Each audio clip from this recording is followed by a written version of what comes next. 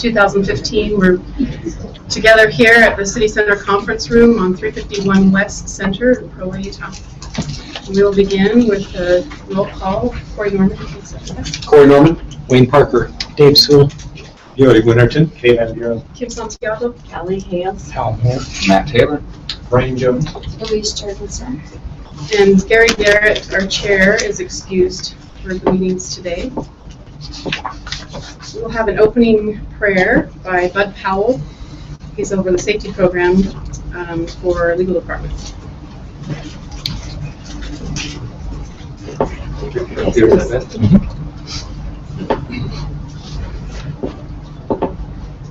Our Father which art in heaven, we bow our heads before thee and express gratitude for this beautiful day, for the opportunities that are provided us as citizens of the United States and as citizens of Provo. We are grateful, Father, for the freedoms that we enjoy. We are grateful for the trust that is given to us by the citizens of Provo in our different roles and capacities as we serve them, both as employees, as city council members, and otherwise. We pray that we will always act in accordance and with that trust in mind. We pray for that blessing on this meeting and the considerations that are before the council and the decisions that are made. We do so in the name of our Savior, Jesus Christ. Amen. Amen. Mr. Powell, would you share a little bit about what you do here in our department? I'd be happy to. My official title with the city, I am the city safety officer. I kind of wear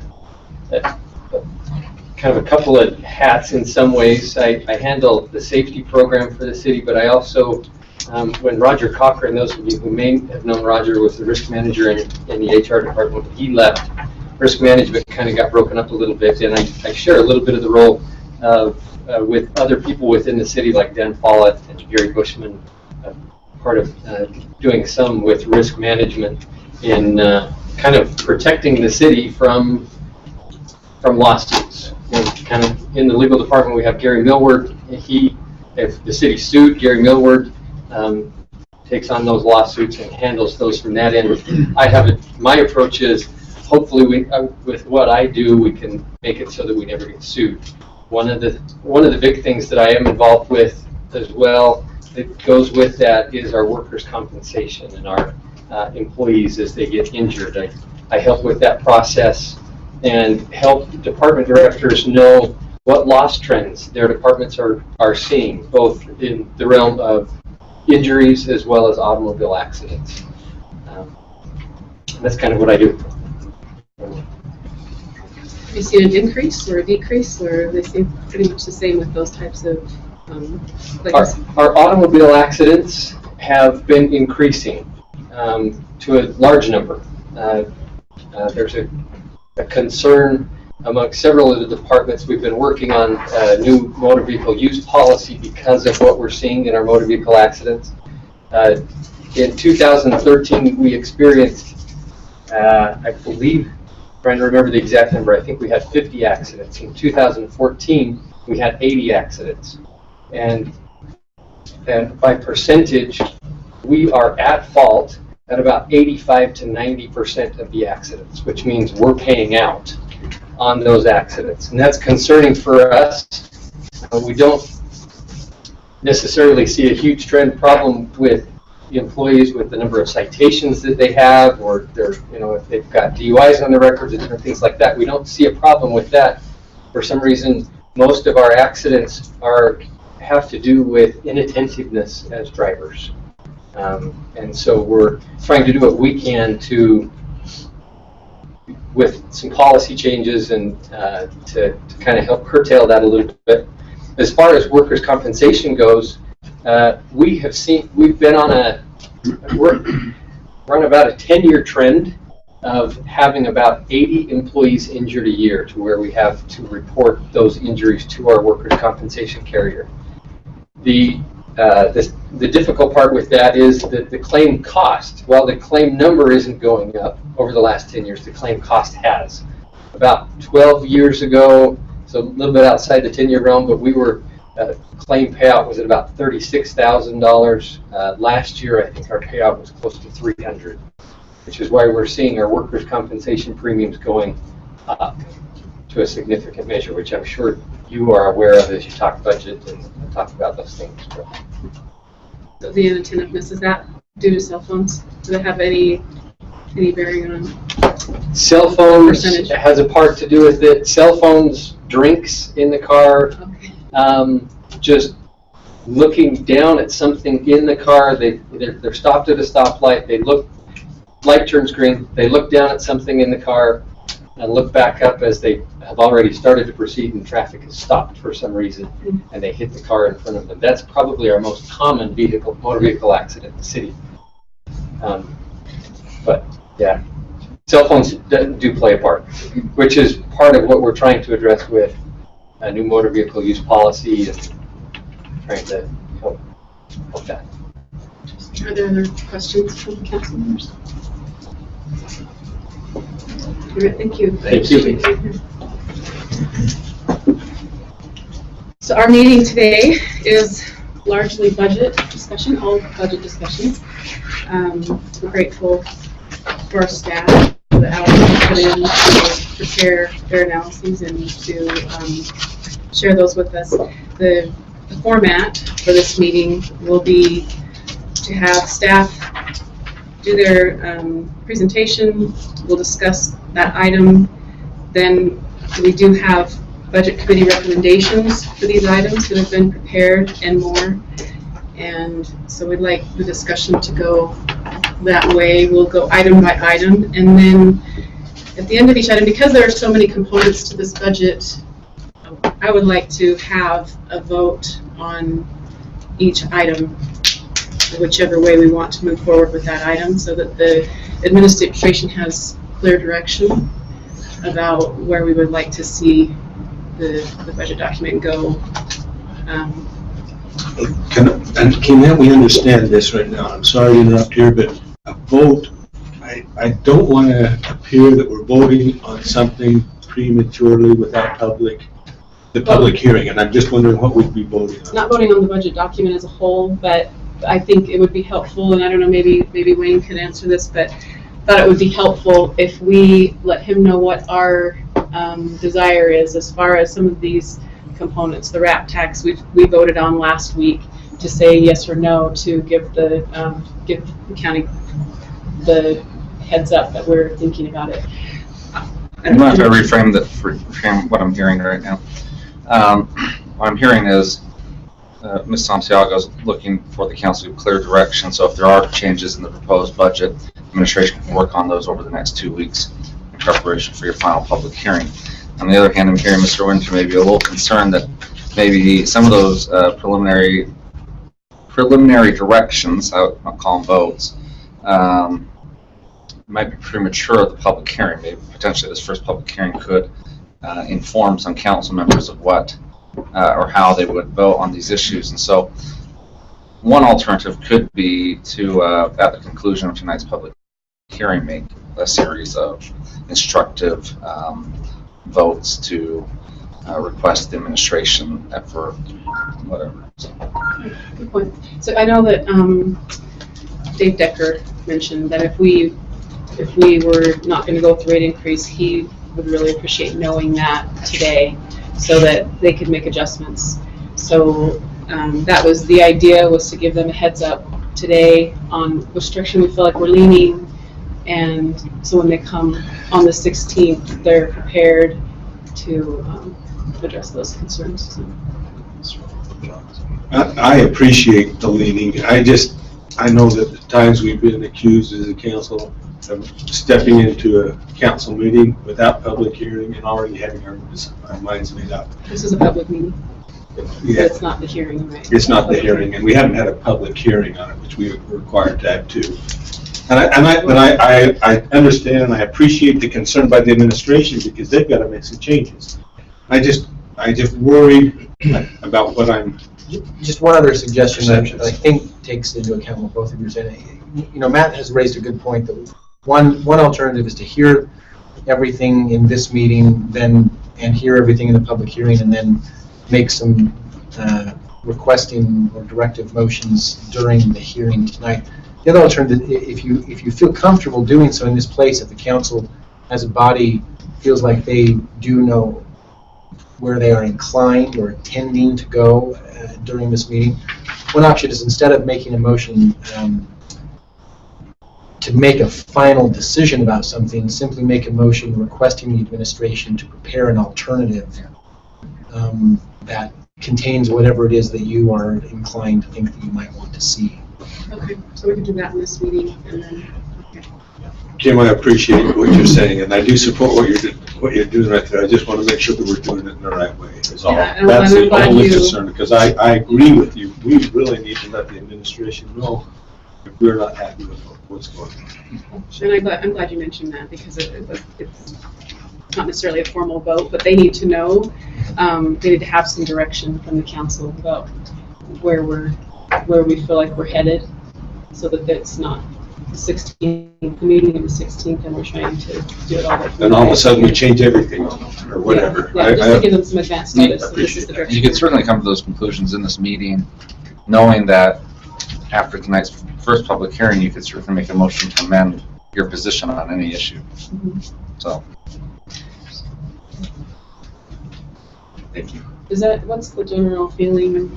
Any other concerns about proceeding in this way?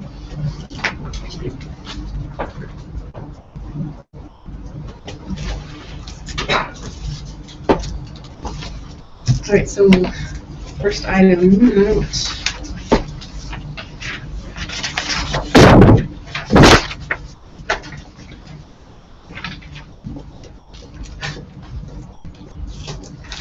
Let's see, meeting minutes. Okay, so first item is a follow-up discussion regarding proposed utility rate increases. Oh, actually, we're going to defer this to the end, aren't we, Matt? Or is this one? Is it the first? Council staff has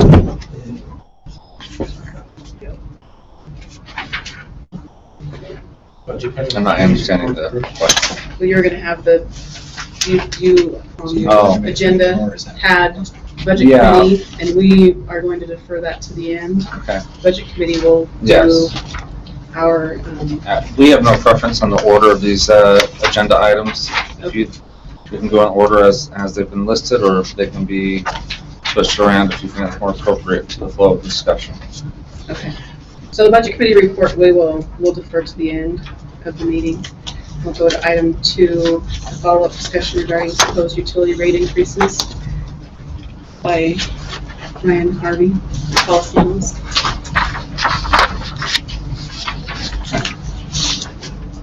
So I'll be very brief on this one. This was more of a, so it kind of depends on how you want to do it. But this was more of a, after a discussion last time, we didn't get clear direction on where the council was leaning. So we were just going to have a discussion to see where you're leaning, see if you were going to make a change to it. But if you wanted to wait until you're after the public hearing to vote on that, that's fine as well. So that's all that this item was.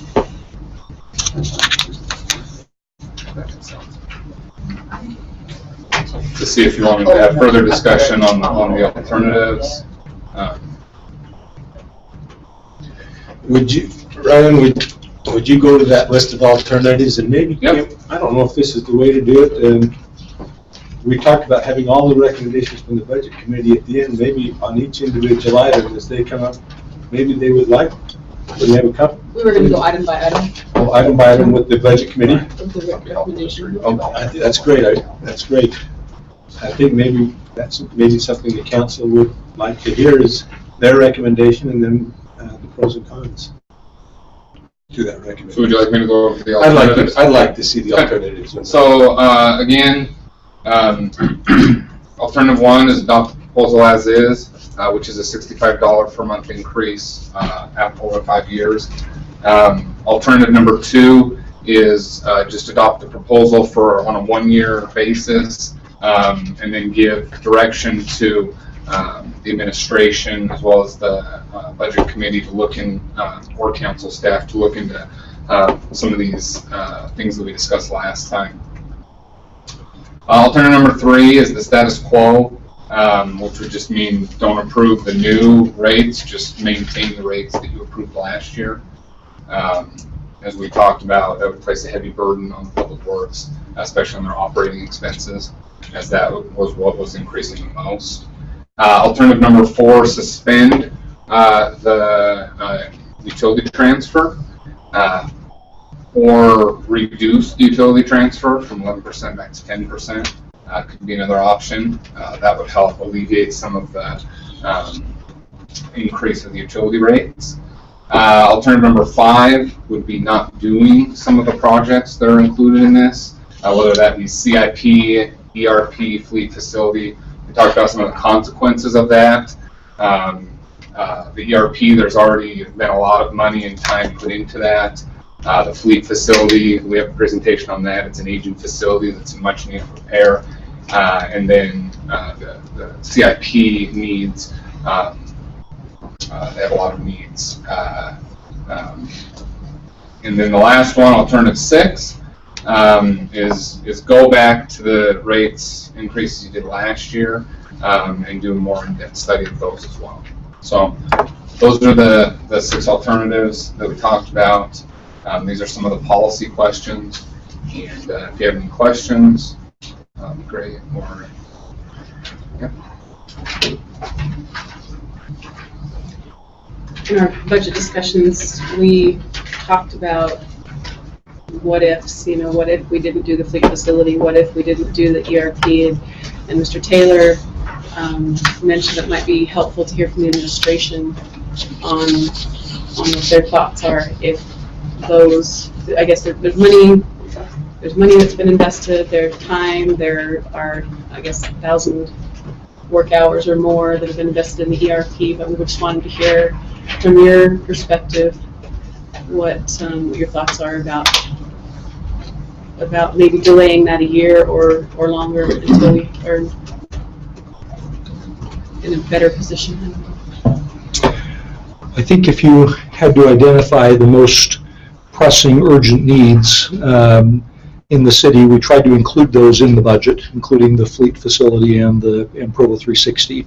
I think our concern is that the longer we continue to delay some of these needed improvements, the more expensive they become, and it's just a compounding effect. So I think the administration's recommendation as presented in the budget, our recommendation would stand as the mayor's proposed it to you. If you felt a need, because the burden's too big to bear, then I think our suggestion would be tell us what you think the appropriate rate increase is and let us come back to you with some alternatives. So if you said, well, 23% is way out of kilter for us, we'd be more comfortable around 12, then we'd like to have the opportunity to rethink what our priorities would be and come back to you from a global sense if you were to put a cap on that number.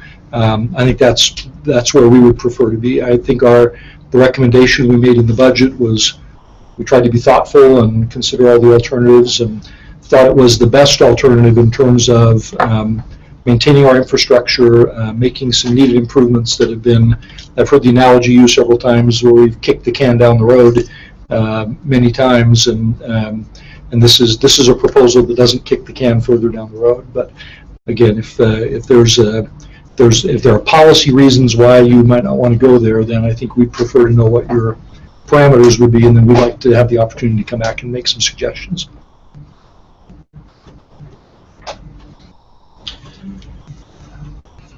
Wayne, I understand and mostly agree with this. We've had a few residents say, boy, that's a lot, and even in 5 years, what would happen if we extend, and that was some of the questions, if we ran it 10 years, or not quite so hard. Right. What kind of, you started that? Yeah, I think that's an analysis we'd love to do. I guess the concern we continue to have is that this is a risk-reward analysis, and we have not done the parallel 48-inch aqueduct. We've known for 10 years or so that it's been necessary. It's been in our capital improvement plan. We have, it's kind of, as the plan has matured and we've gotten other projects done, this is sort of the next key priority. I think one of the questions is, if we were to delay that project 5 years, it's not something we're excited about, but on the flip side, we've already delayed it 10 years. And so again, if there's a catastrophic failure in our existing 48-inch line, it will be a long time to recover from that. Again, depending on what the failure is like. So again, it's just it's a measure of how comfortable are you pushing that priority out again. And again, I don't know that we have the silver bullet answer to this question. As much as it is to say we know that if the line continues to operate, there's the very real risk that at some point it will fail. It's been around for a long time. We've trusted it, and it's held together well. We don't know how long that will be. And so, again, it's just a little bit of a factor of trying to decide what's the risk versus the cost. And I think that's just where we are. So, again, I think our sense would be if again, you wanted to say, gosh, instead of a 5-year period, we'd like to do this over a 10-year period, what does your CIP look like? I think we'd have to sit down and evaluate that and come back and tell you within those parameters where we would place those projects and whether it's increased risk or not much increased risk. And you've already done that once. We have done that once. I think it's important to remember, and we keep hammering this, that the budget is the most important policy document we adopt in any given year. And if there are policy considerations beyond the ones we've thought about, or if you prioritize those policy considerations in a different way than the administration has, that's fine. I mean, that's part of the process we go through. That's why the mayor doesn't adopt a budget. That's why we get the legislature to weigh in and tell us what the appropriate policy discussions are. So if you think we've missed it, and that's fine. Reasonable people can disagree reasonably. So I don't think we have any particular pride in ownership. Or if you come back and say this is just too much, then we just like the opportunity to come back and tell you what the impacts would be if we were to go there. I feel like the current proposal is too much on the utility rate increase. And I have a suggestion on a parameter for that. Last year, I believe they came to us with a 5-year plan. I think the first 2 years were in the 12% range of overall increase. And I thought about that number. It seemed like a pretty significant increase. We approved it because of the aging infrastructure needs and so forth. But a 12% rate of increase, if you compound that, will roughly double in 6 years. Mm-hmm. So if you continue at that rate, say over a 25-year period, utility prices would go up by a factor of 16. Mm-hmm. So the point I'm trying to make is that is a very big, hefty increase. It's not a kick the can rate, and we'll catch up to whatever needs to be done relatively quickly at that rate. So personally, I'm really uncomfortable getting up into, I think we're up in the 19-20% range is what's being requested for this year overall utility rate increase. So my proposal, and when we get to the appropriate point, I have a motion to this effect, but would be to cap it at 12%, and then instead of 5 years, you could choose anywhere from 6 to 10 years. I think 6 would be the minimum that you could achieve the same things in, but anywhere in that range, and keeping every individual year to get there less than 12%. I think just the combination of that huge utility rate increase along with the 2 other taxes feels to me like we're asking too much. I appreciate your concern. Why is it too much? Is it just because? Tell me why you think it's too much. Well, each of the things individually you can justify, and there's good reasons for doing them, but government isn't like our household and our business budgets. we can just raise rates or raise taxes, but our residents who actually have to pay this, they have incomes that they've got to pay it out of. And I just think we need to show some consideration for that and put some kind of upper limit on the yearly increase in utility rates. And if we need to stretch it out another year or defer something for a year, I think that's a way of showing consideration to our citizens who are going to have to pay for this. That may be a polite gesture to those who would find it burdensome. But the problem with that proposal is it ignores the immediacy of the needs. What Mr. Parker tried to say is we don't have the luxury of stretching this out over a 10-year period of time. These are critical needs that have been long deferred. I see the context for the conversation being confluence of what has been too long deferred for economic reasons, and the fact that, by all accounts, the local economy is improving substantially. If we marry that to the recommendation from our budget committee that the rate structure be progressive, then I think we achieve the same kind of, or perhaps even a better measure of sensitivity to the rate-paying potential of our residents. The progressive rate structure could help those on the low income end, but it's even for people in the middle, it's a lot to ask, in my opinion. Let's see. So, I mean, it's not a simple step function necessarily. Right. I mean, it could be a nonlinear structure that would essentially put much of the burden on those in the best position to pay. So my hope would be, I mean, if the council agreed, that we could at least ask the administration to prepare this alternate budget. If we don't ask for it today, there will be no alternate budget. And we'll just have to go with the combination of the huge utility rate increase and the other tax increases. If we can't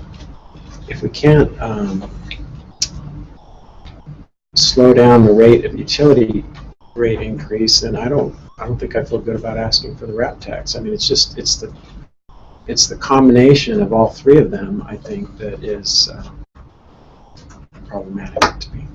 So. Those, I worry that we use a vocabulary that is stunted and designed to elicit a resistance, an objection. It doesn't need to be phrased that way. The so-called taxes that we're talking about, I think once the reality of such taxes are spelled out, those taxes do not deserve to be stigmatized in the way we are used to. I think folks generally will find it pleasingly accommodatable, given the rhetoric of harsh and excessive. I think the administration has been sensitive, perhaps not as sensitive as we wished, but sensitive to the improved economy, the long deferred need, critical need for infrastructure upgrade, and the suggestion, and if I were to point a finger of blame at the administration in the budget that they've given us, I simply draw on what our own committee has shown, and that is there needs to be a progressive rate structure for utilities, and there needs to be careful consideration of the costs of operations and maintenance. I think the administrator shot itself in the foot by not picking up that cue from the budget committee. We don't want to see that. We do not want to see that included in the RAP tax structure things. So those seem to me to be readily easy matters to refer back to the administration for a fix. Other comments? 23% is not comfortable, 12% isn't comfortable. Comfortable is But I understand, they're all hard. Well, we've been through a period before where anything beyond zero was uncomfortable. Yeah. And I think in many ways, we're kind of suffering from the accumulation of that problem. Now, do you buy your way out of that problem in a 5-year period or a 10-year period? Again, that to me, that's a significant policy question. It's one that, and rightfully so, we need to grapple with. At our policy lunch yesterday, there was mention from a citizen that they were concerned that we were putting money away. Why are you raising rates if you're able to put money away? And the idea behind putting money away is so that we don't have to bond to complete the projects. And just going on that water tour with our public works and seeing what we need and knowing that we don't have a redundant line for our culinary water system gives me great pause. It's a big chunk to consider, but at the same time, such necessary. It's not. I don't see it as something that we would just like to do. It's something that we need to do, and the point is, when do we do it, and how does that roll forward? And there are no easy answers. And I would love to hear if Larry, would you like to comment from the Budget Committee's perspective? We do have a recommendation as well that I'd like to put out there at some point, but I don't know if Mr. Walton. I can certainly talk about our recommendation now if you'd like. Okay. George Stewart is here as well. Thank you. Can we go back to alternative 2? Our recommendation is that you endorse and adopt this approach, that you approve the increases for 1 year, but that you seriously undertake these other steps to analyze the costs and to look at alternative ways to structure the rates going forward. We agree that the needs are pressing and that they have been deferred longer than we probably should have. We are also sensitive to the fact that this represents a significant increase in the burden on our ratepayers, and we want to be careful that we look at that issue with substantial sensitivity and care during the coming year. But we think the way to do that is to go ahead and adopt the increase for the coming year, holding open the possibility that we may adjust how that money gets collected through the rate structure, and then also holding open the implications for future years. That's the recommendation from the Budget Committee.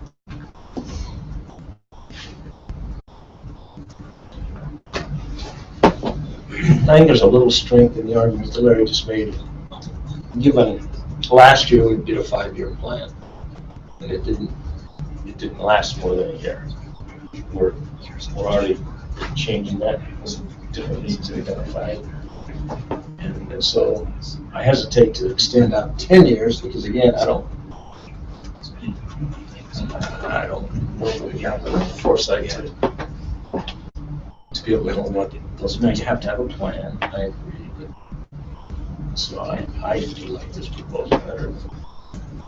No longer.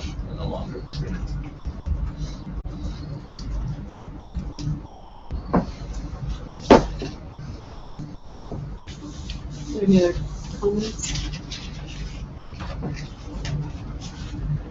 And I hope the residents, as they see this, that they'll recognize, yeah, we have been getting a really, we've been paying this kind of rate.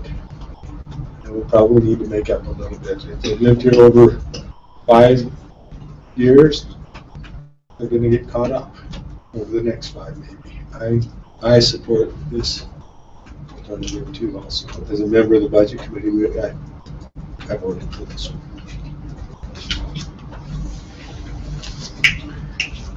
So I'd like to go on record with a motion about this, but I don't know if I should do that here or in the meeting tonight or both.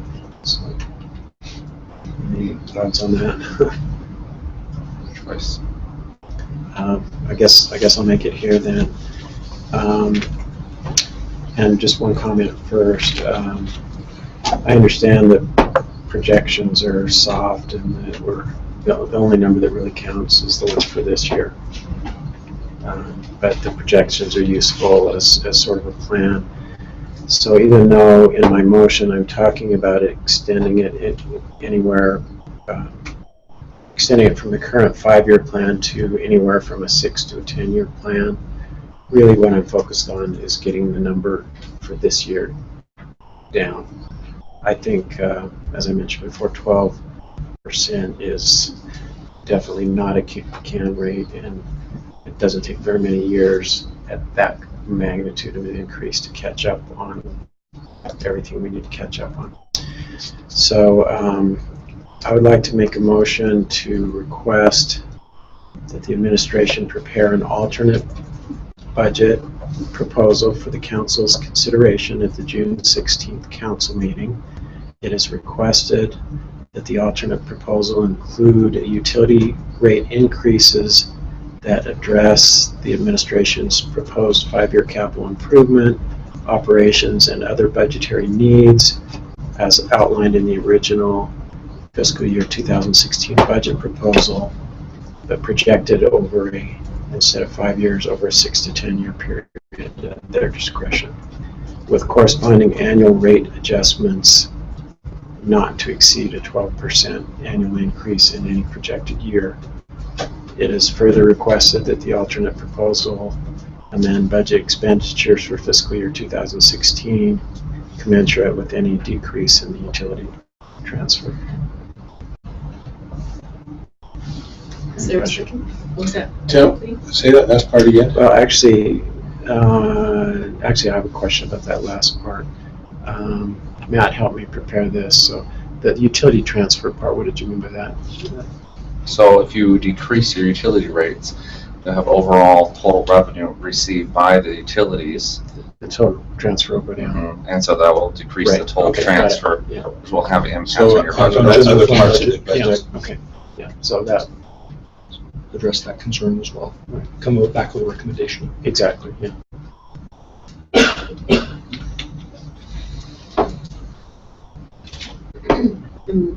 From the administration's perspective, do you, I guess we should look for a second first.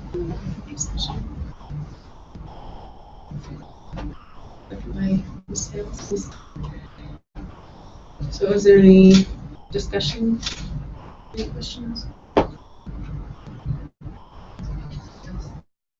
Could I make a request that the motion be restated louder so that the old people in the room? Okay. You have the mic. All right, louder this time. I make a motion to request that the city administration prepare an alternative budget proposal for the council's consideration at the June 16th council meeting. It is requested that the alternative proposal include a utility rate increases that address the administration's proposed 5-year capital improvement plan, operations, and other budgetary needs as outlined in the administration's original fiscal year 2016 budget proposal over a 6 to 10 year period at their discretion, with corresponding annual rate adjustments not to exceed a 12% annual increase in total utility bill for the average resident. It is further requested that the alternative proposal amend budget expenditures for fiscal year 2016 commensurate with any decrease in the utility transfer.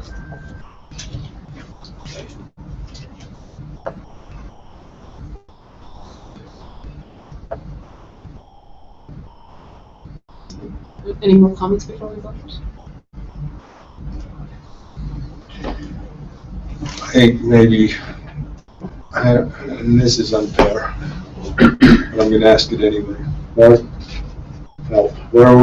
would happen over 10 years? 6 to 10. 6 to 10. What happened or what could happen? Yes. If you could stand and speak loud, because we do have the recording. This is very unfair to Bart, because we're asking him to predict a future that we can't see as far as when things can wear out and You're talking about possibilities. structure. I want to make sure I'm as to your question to what would happen to the infrastructure. To the infrastructure, yeah, let's start with what would happen to the infrastructure and what could happen to the infrastructure and the possibilities of it. Okay, what would happen, if you will? Every year that goes by, we continue to deteriorate. The main lines, as they get older, run a higher gamble, if you will, of failure. And I'm not by any means stating that tomorrow everything's going to fall apart. However, Ms. Santiago mentioned the redundant 48-inch line. A company 2 years, well, a little over a year ago, excuse me, bored through the side of that line. Did not follow a blue stick properly and bored through the side of the line. It was in August. At approximately 3 o'clock in the morning, the reservoir has gone from, the main reservoir system has gone from full to the gallery was empty. The 5 main gallon reservoir was empty, and the main reservoir had just shy of 2 feet in it. And I was prepared to go to the administration for an emergency situation when we call on everybody to just shut down. Now, that was from a company making a mistake in boring through it. If that line is separated at that time and we lose that between 7,000 and 12,000 gallons a minute, depending on what's coming in at the time, that also cuts off the water that comes. As we look at our diversified sources, the canyon sources on the surface water we can treat through Central Utah's plant, we lose it all if we lose that line. Now that's one scenario. That's one scenario. If you continue to go, and again, I'm not forecasting doom here, but these things come out when it shows on the news that in other cities not too far away that a large aqueduct breaks, and it's days before they can get back in, and that's if they're lucky, if they get back into service again. So what will happen, I'm going a long way around the barn here, and I apologize, but what will happen is every day that goes by, the infrastructure gets older. There's nothing we can do about that. And it's to the point now that we need to start looking at replacing and upgrading a great deal of our infrastructure. And if we don't, it's going to continue to deteriorate, and then you start, instead of staying ahead of things, you get behind and you react. So what will happen is it's just you're going on the gamble. If you kick the can down the road and continue to do so, you're gambling on the propensity to have a catastrophe is it's just a higher potential of happening. And so is it going to happen? I'm not saying that. Can it happen? Yes, and every day that goes by, you get farther along. But bearing in mind, the farther you go before we start turning this around and getting infrastructure replaced and keeping ourselves covered, the more likely you are to have a problem. So each year it goes by, if I could state that, and I'm not saying this is the case, but if you went with just the increase this year and did nothing else, we can't fund those projects. And so if there's not, and I'm just trying to speak the reality of if you do one increase and there's nothing else, then we're not going to make it. And we'll be drastically reduced on what we're able to do. We've tried to lay forward a plan that we can start keeping up with these things. To replace all of the system and replace all of it, if we went in right now, we're looking at trying to do that at present dollars, probably 170 years on a projection we made, and that's just not a possibility. So it's got to be a matter of doing it faster than that and stepping it up. So again, the short answer is anything going to happen right now? I don't know. What is happening is it's getting older, and we're already towards the replacement life of when we should start upgrading. Some of the lines are 60 years old, some are 30 years old. One of them on Canyon Road we're replacing now is 85 years old. That one will be replaced over the next couple of months. Again, we're doing all we can with the resources that we have but we need additional. I'm sorry, I may not have addressed it. No, I appreciate the sentiment, and that's all I can ask of you. And that's where it's going on with projects that are identified in the master plan, we're behind on now. And again, money drives a lot of things. And I frankly feel bad for the administration and this council because you've got some real tough decisions here and really, really tough ones. But the alternative is just as tough. And we'll do whatever you need us to do. But it's a matter of there's only so much we can do with the limited resources. Just a couple more comments, and then I'll be done. First of all, if the administration were to choose the 6-year option and were to go with the maximum of 12%, the longest I believe that anything would be delayed would be 1 year. So you could actually generate more revenue at that rate with 1 additional year than under the current plan. 3 other quick comments. In the general plan, chapter 13, talks about the capital improvement plan is based on an analysis of the community's financial capability in order to reconcile proposed expenditures with fiscal reality. That's what I'm trying to do here, is to take into account the community's financial ability to pay for this. I've gotten emails from a widow who's trying to scrape up enough money to fix her 20-year-old car. I've heard another example of a widow who turns off her heat when she can to be able to pay her property tax. That's why I feel like we should try to smooth this out and stretch it out, even if only by 1 year. Thank you.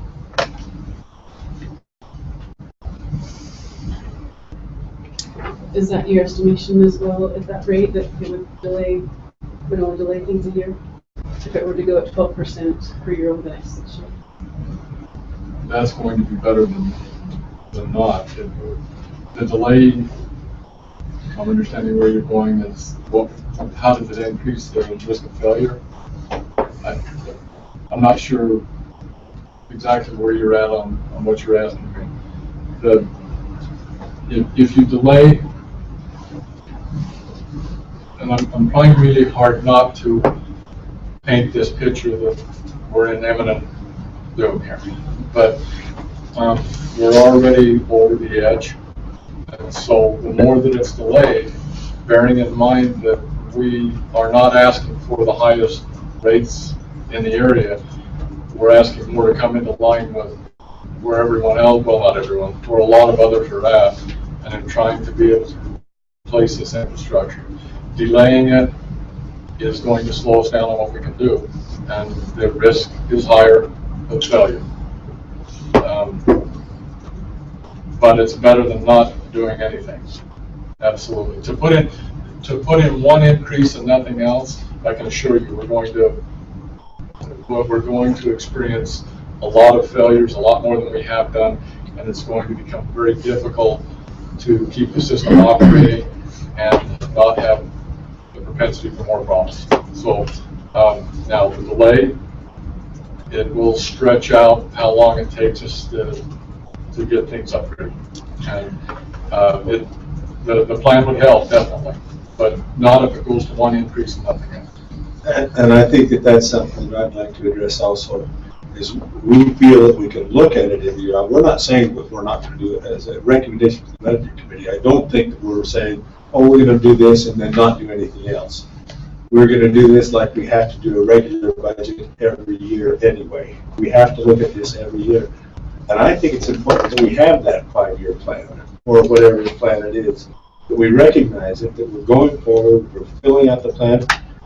1 year I know is not enough, and I don't want the administration or the citizens to think that we're done in a year because we did it. That's not what the recommendation of the committee is. And it's a matter of, without sitting down and running some scenarios and an extrapolation to tell us what we can do with the reduced amount compared to what we've actually looked at in the budget. I don't know, without Jimmy does a miraculous job for us on running different scenarios and telling us where we're going to be. It's just it's difficult for me to say how much it's going to slow us down, how bad it's going to hurt, if you will, the effort. Going on and having the increases are definitely going to help the scenario, whatever they are. But anything that backs off from where we tried to legitimately place where we need to be is going to slow us down dramatically, if you will. Can I ask one question? Would you put can you give me the total amount that we want for 5 years? Make that in equal payments? Give me the total amount for 6 years in equal payments? I just don't think it's going to be that much difference, personally. Right, can you bring up the annual increases? All right. Yeah, but Is that It's just $56 over the, so if we did it over 6 years, what would, and again, that's hard to do because all these numbers are based on the projects that we want to complete. I understand that. But I just start thinking, well, okay, if it's in 2016, it's $15, we'll take that, it'll raise it to $16 or $17. Is that right? so I'm, We did it over, I mean, it'll drop it to 13 or 14. I have the public works portion, which excludes the bottom energy rate line. In FY16, those first four utilities, that's about, it's $13.19, which is 17%. And then the following years are 12, 11, 10, and 9% increases from the year before. So I think, I don't know if that helps give kind of a sense of So we're probably at the first year, hardest. But if the bigger increase gives you to a higher base, so then the 12%, It's more fun. it gives you more. The 12% increase gives you more. The compounding. Yeah. I think again, if the model is fairly complicated, and each of these utility funds has its own series of issues and concerns. They have different fund balances, so it gives us, in some cases, more flexibility, in other cases, less flexibility on the rate increases. So again, I think we'd want to just take a very careful analysis, whatever you decide to do. If you establish a parameter different than the one that's in the budget, I think we'll just want to come back and do our very best work at trying to define what the CIP would look like over that extended period of time, and where projects are currently slated and where they would have to be moved to in order to accommodate that. I think it's just it's a sophisticated enough analysis that I kind of hate to shoot from the hip in this meeting. So, Madam Chair, if I might,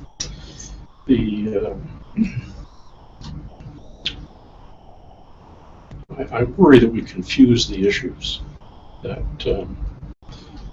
extending for yet another year with the prospect that there might be a small differential in the payment by residents means that we would just prolong starting new projects. We're not putting an end to the projects by adopting this budget where others sit on the other side. I think we would be remiss to not turn to those as quickly as we can. Our adopting the budget that the administration has presented that carries with it this 5-year projection would be, in some sense, a vote of confidence. It would say to them, we appreciate the arguments you've made, and we're sort of willing to do you the courtesy of allowing you to plan as you have over that span of time, as opposed to year to year. But the reality is the adoption of the budget is a year-to-year matter.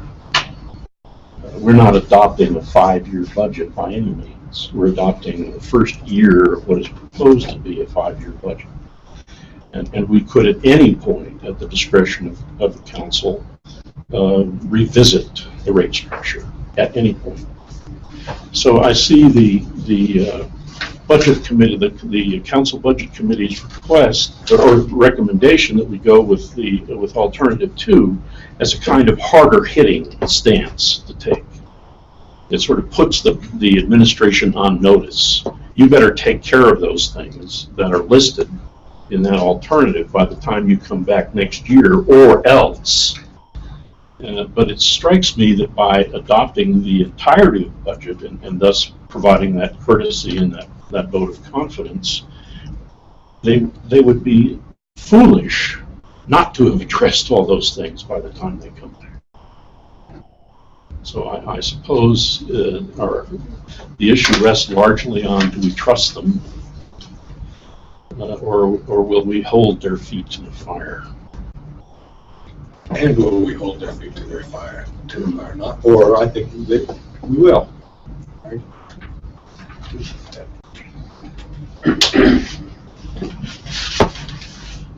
Any other comments?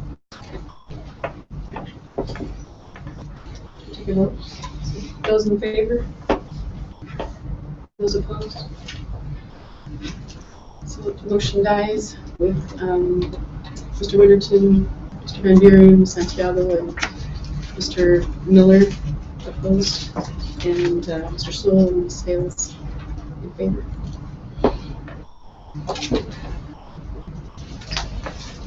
So do we need another motion at this point, or are we?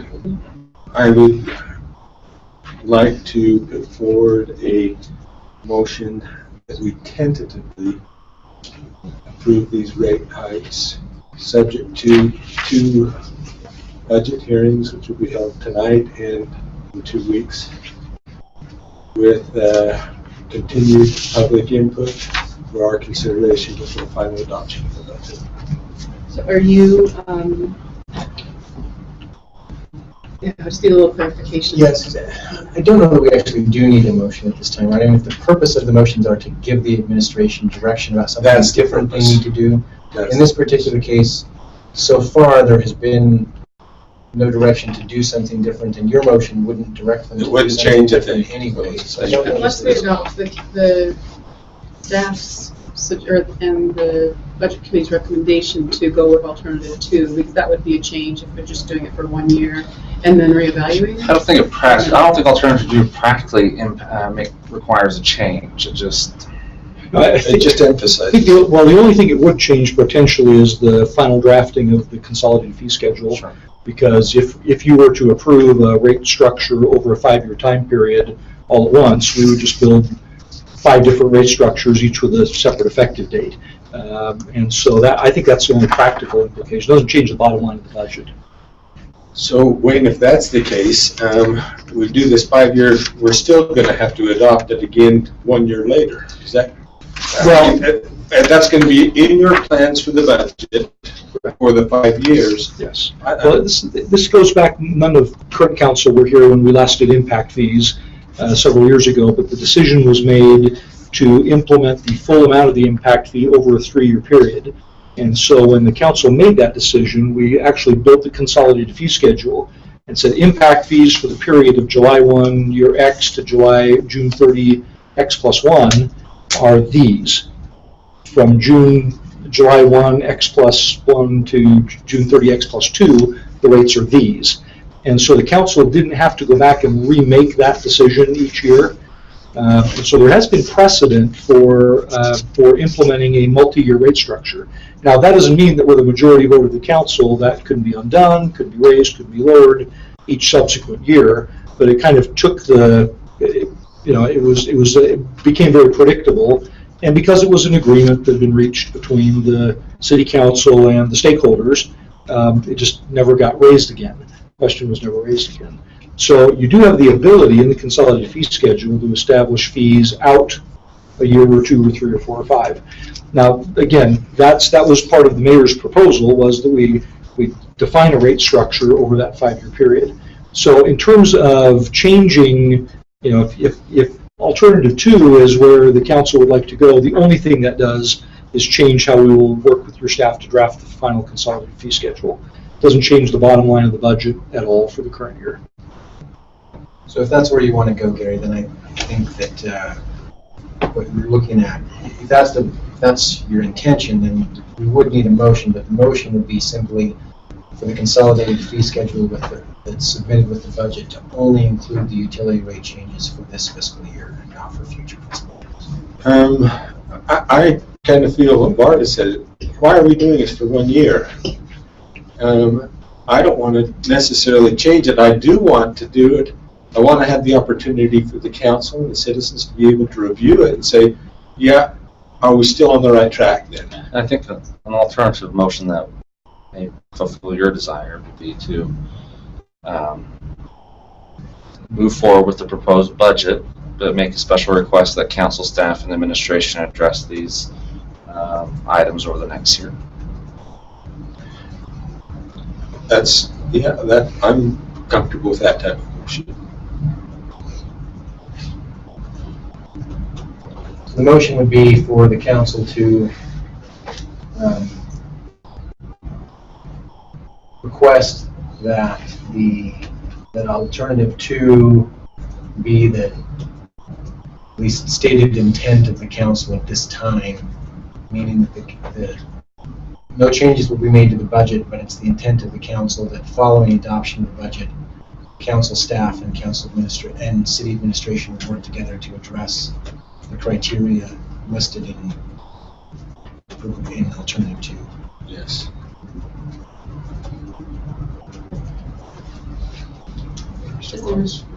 Is there a second? And then we can take discussion. Is that your motion? Yes. Is there a second on the motion?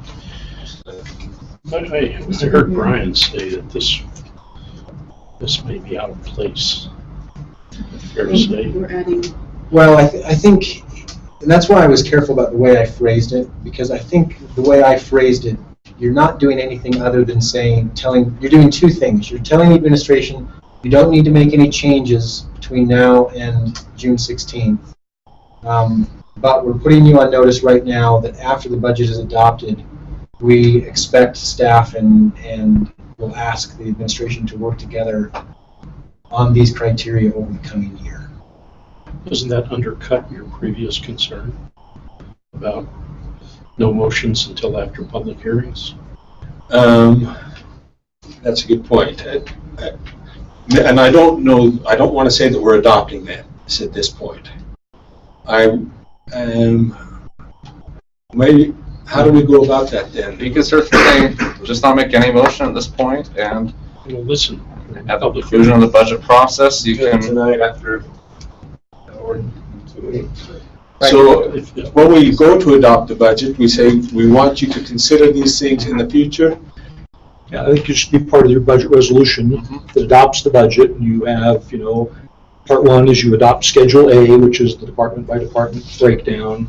You might adopt Schedule B, which could be a series of legislative intent statements or policy statements or adopting financial principles. I think there's a wide variety of ways you could actually tackle this. And if that's what you'd like, I think we would just work with staff and develop the budget resolution to reflect the language that's been included in the recommendation. I think that's an excellent suggestion. Because that'll Just give put you in more the time resolution But after tonight's hearing, that happens after. Or the 16th hearing, because we're required to have 2. Is that correct? You continue tonight's hearing for 2 weeks. That's the way the statute reads. So you start it tonight, you finish it next time, and all in between, you have a period of public comment that can occur, and it can occur in writing or however you want to receive public comment. But you don't actually close the public hearing until the night of the 16th, and then you take action on a resolution that will be before you. You can change the language in that resolution, you can bring amendments to the resolution, you can schedule another meeting if you're not ready to act that night, as long as we act before the 22nd. So again, you have a wide variety of choices after public hearing in which you react. Who will be responsible to make sure that that gets incorporated in? And is that our staff or we? Yeah, we'll just work with you on that. We typically will exchange drafts of the final budget resolution based on feedback we've heard from the council up to that point. I think it would be helpful that at the conclusion of your first public hearing, before you continue it, that there is a motion by the council to instruct us to prepare the resolution as such. Yeah. And then we'll go ahead, work on that resolution, bring it back to you, your consideration and approval on the 16th. But you can do that tonight. You can do that tonight. So that you have feedback first, if you so desire. Any thoughts from either Mr. Stewart or Mr. Walters on going from the proposed 1 year to what has been suggested? I think Gary was right. It was never our intent to say there will be no further increases in the future. But I think it was also our intent to say that it's not just that there would be significant review and evaluation of how those increases should be generated in the future. And that's, as long as that comes out, I think at least I'm happy with.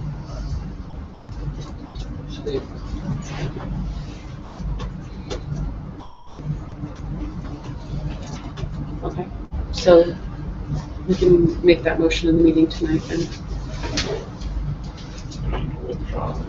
So yeah, Do you want to- I will withdraw this motion until tonight then.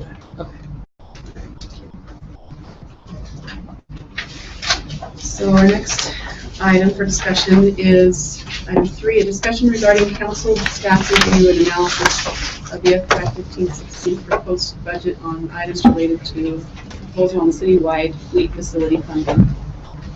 And our policy analyst, Mr. Harvey, will introduce this item. Thank you, Chair Santiago, Vice Chair Santiago. There's, for those who are here, there's a few extra copies in the back of the actual report. If you want to take a look at that, I have enough copies for everyone here. But I'll go through this presentation. I just want to give thanks to Carolyn Brown, who is one of our interns here. Put a lot of work into this report with myself, and we're able to get this for you. So, start off by looking at the policy questions. One of the things that we do as a staff is try to look at your policies and see if the proposal is meeting your objectives. So the first question is a proposal of reasonable interpretation of how to best execute council policies and objectives. Second question, is there any action the council can take to limit the impact on proposed if you remember the presentation that Dave Decker gave at budget meeting earlier this month, he had a lot of pictures of the fleet facility. And I believe many of you have also gone to the actual site and seen the fleet facility. It's in disrepair. There's a lot of needs there. There's a lot of factors that are contributing to this proposal, and it's mostly that the building's just going to fall apart. On page 4 of your report, we kind of list, and sorry I forgot to actually put the page numbers on there, but page 4 of your report actually goes through and lists these in more detail.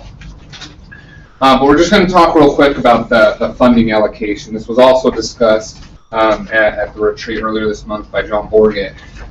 But just so you know, the proposal is $4 million. $2 million is going to be funded out of the enterprise funds, the utilities. $2 million is going to be funded out of the general fund. This is the breakdown of the $2 million that's going to be funded by the utilities, and it's based on the maintenance costs, the fuel costs, and the replacement value. So that's how it's determined. The energy is paying $620,000, sanitation $520,000. You can see the others in between. The general fund portion is $2 million as well, and that's going to be funded $1.5 million from fund balance and $500,000 just from the regular budget. $250,000 this year. In this year's budget, $250,000 in FY17 budget. This is a breakdown. This is from John Borget's presentation, if you remember that, of the fund balance and how we're going to restore, or how we're going to be paying for that $1.5 million. So the fund balance started at $8.3 million. There's increase in revenues as a part of the current year budget of $1.2 million. Some proceeds from land sales. And when you subtract the fleet facility appropriation, you have actually an increase in fund balance of $484,000. Go to the next slide here. One of the things that helps, or at least we hope helps council members make their decision, is the impact that it has on residents. So we tried to say, what is the impact of just the fleet facility on residents? So the public works utilities, that's the water, wastewater, stormwater, and sanitation. Total, that's the total funding that they're going to have to do, and it equals $5.30 per resident. Energy, $620,000. That equates to about 74 cents for the average resident's bill. And then we just assume we recognize that there's more than just property tax that can fund the general fund. So it could be sales tax, but if it were property tax, it'd be 78 cents per resident for that. And then fund balance is zero. It's just coming out of the fund balance. So it equates to about $6.82 for the average household for this facility.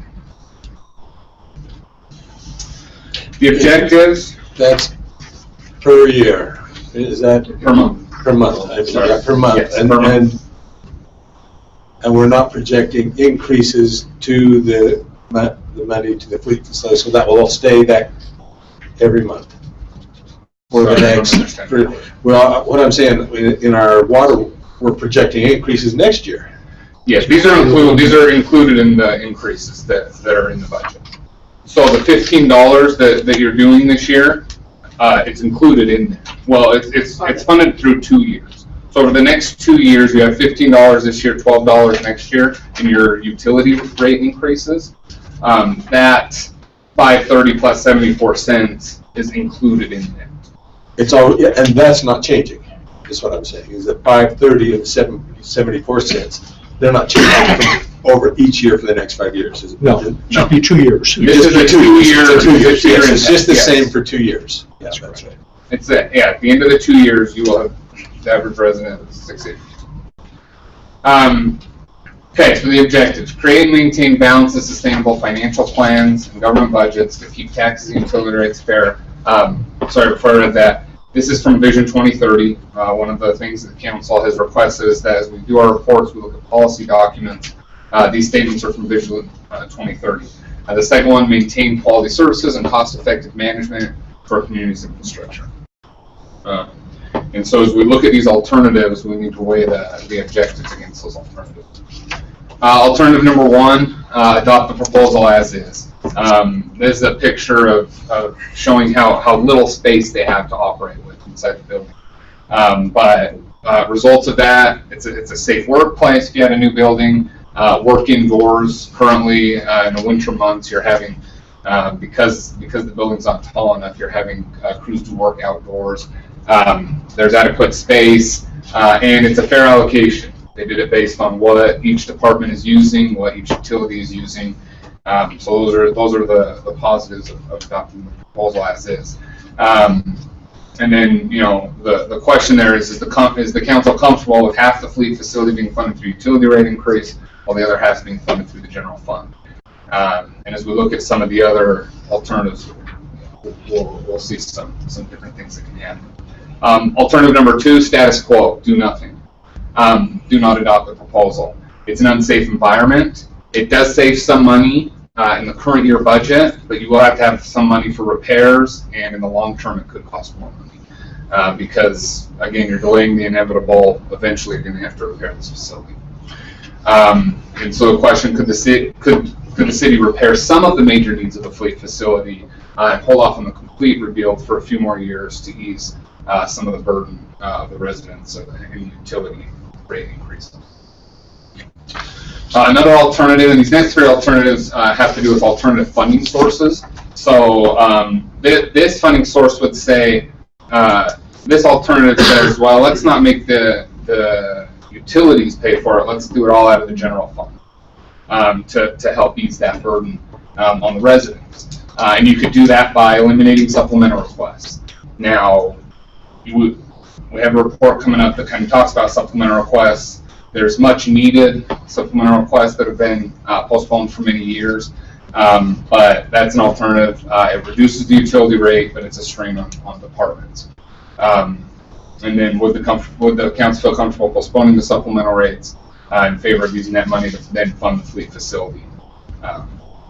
Alternative number four, higher utility rate increases. So after our discussion, I'm not sure how prone you are to go with this one, but instead of funding it out of the general fund, do it entirely out of the utilities. It would raise the utility rates higher than what are projected in that scenario. Alternative number 5 is doing a general obligation bond. It lessens the impact on both the general fund and the utility rates. You still have this problem of untaxable land, the same problem we always have when we talk about property taxes, that there's a large portion of land in the city that's untaxable. So would the council feel comfortable imposing another GO bond to pay for this facility? And the last alternative is outsourcing. And that's the big question there, is would it even save money? The Public Works Department has expressed their concern. There's some of their equipment that if they didn't have their facility, they'd have to take all the way to Salt Lake to be repaired. And so there's some concern that might not even save money. But this alternative suggests doing a study to see the possibility of outsourcing fleet facility to see if that would save. So those are the 6 alternatives we come up with. By no means is an exhaustive list. There certainly are other alternatives. But I turn the time over to you for any questions you may have or council discussion. Ryan, just put the burden on the utility rate. That's kind of what, are you saying just the electric? Or, because we're already charging the water and these are all participating. So we're already doing it, and you said it would raise the rates more than what we're already doing. Well, alternative number 4 says instead of doing half out of the general fund and half out of utility rates, do all of it out of utility rates, not doing it out of general fund. Sorry if I didn't explain. No, I'm sorry, I missed that part. But yeah, so that would mean there would be higher utility.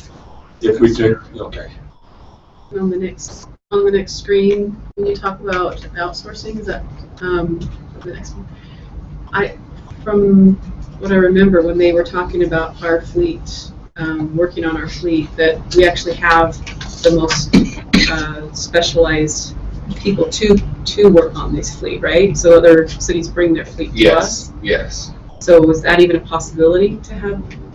To outsource. Yeah, to outsource. Well, that's one of their biggest concerns. They said there aren't, in some instances, there aren't even people in Utah County besides Provo that does some of their services.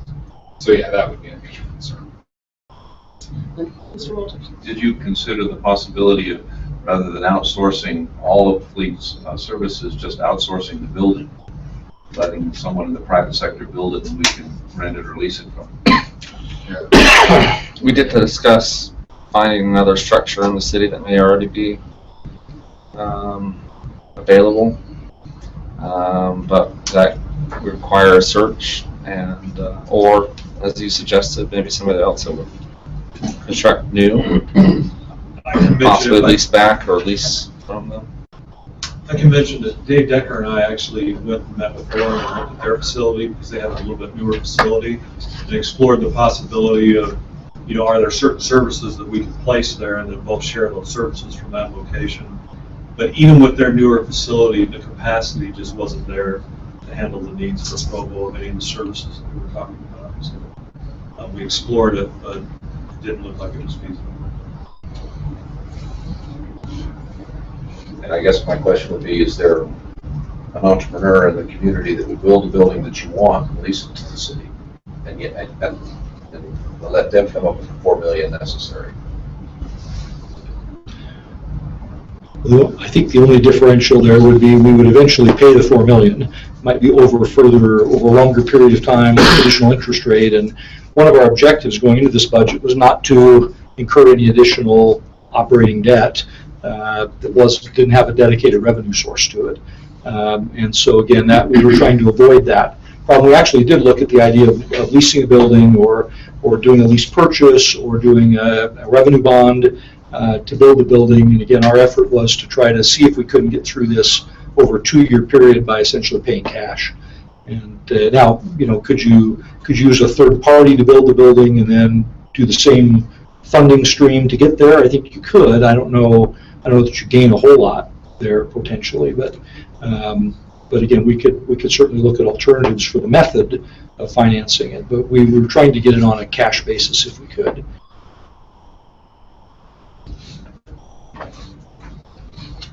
I suppose one hybrid alternative, and again, I don't know what the cost effectiveness of this would be. It requires study, but maybe there's some concerns with this type of specialties, and we could maybe keep those in-house, but outsource some of our other functions as sort of something in between. I think one of the concerns that we've confronted with Fleet as we looked at it over the years, we've evaluated the possibility of outsourcing, and in fact have experimented with that. For a while, we outsourced oil changes to a local vendor. Part of the challenge we ran into was the unpredictability of being their first priority. And so do we actually have to, for example, maintain 2 or 3 additional police vehicles? Because if we're not the first priority at that location, we have a police officer who doesn't have a vehicle, then we have to increase the size of our fleet to manage that downtime. And in police, that's maybe not such a big deal, but in a fire department or in with a garbage truck, for example, it gets pretty expensive to have a non-right-sized fleet because you're saving money on oil changes. And again, we kind of came back to that purpose and said, boy, we can't maintain the level of service our citizens are used to without increasing the size of the fleet. And so it was kind of a cost-benefit analysis, and at the end of the day, we weren't saving enough, and we could keep our operators busy doing routine maintenance when they weren't in the middle of a major engine rebuild or something, or working on heavy-duty hydraulics. And so, again, I think we dabbled in that arena, and I think what we've kind of discovered is that it's kind of a trade-off between the size of the fleet, the level of service, and the cost savings that you could have by outsourcing various elements. So again, up to this point, we haven't seen significant enough savings to make it worth the additional costs and inconvenience.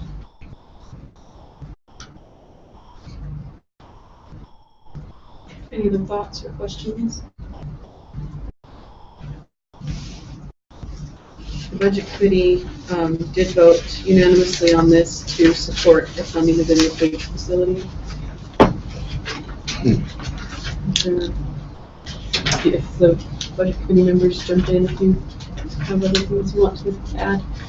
I think we concluded it's pretty clear the need is there, and it sounds like the administration has explored other options as best they could, and our recommendation is that their proposal be adopted.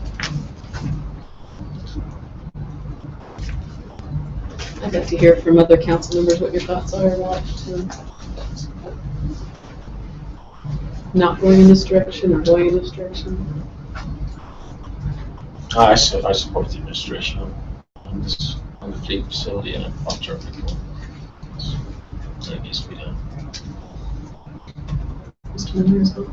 Indeed. Mr. Soul? Sounds good. Mr. Weaver? We're good. Okay. All right, thank you, Ryan.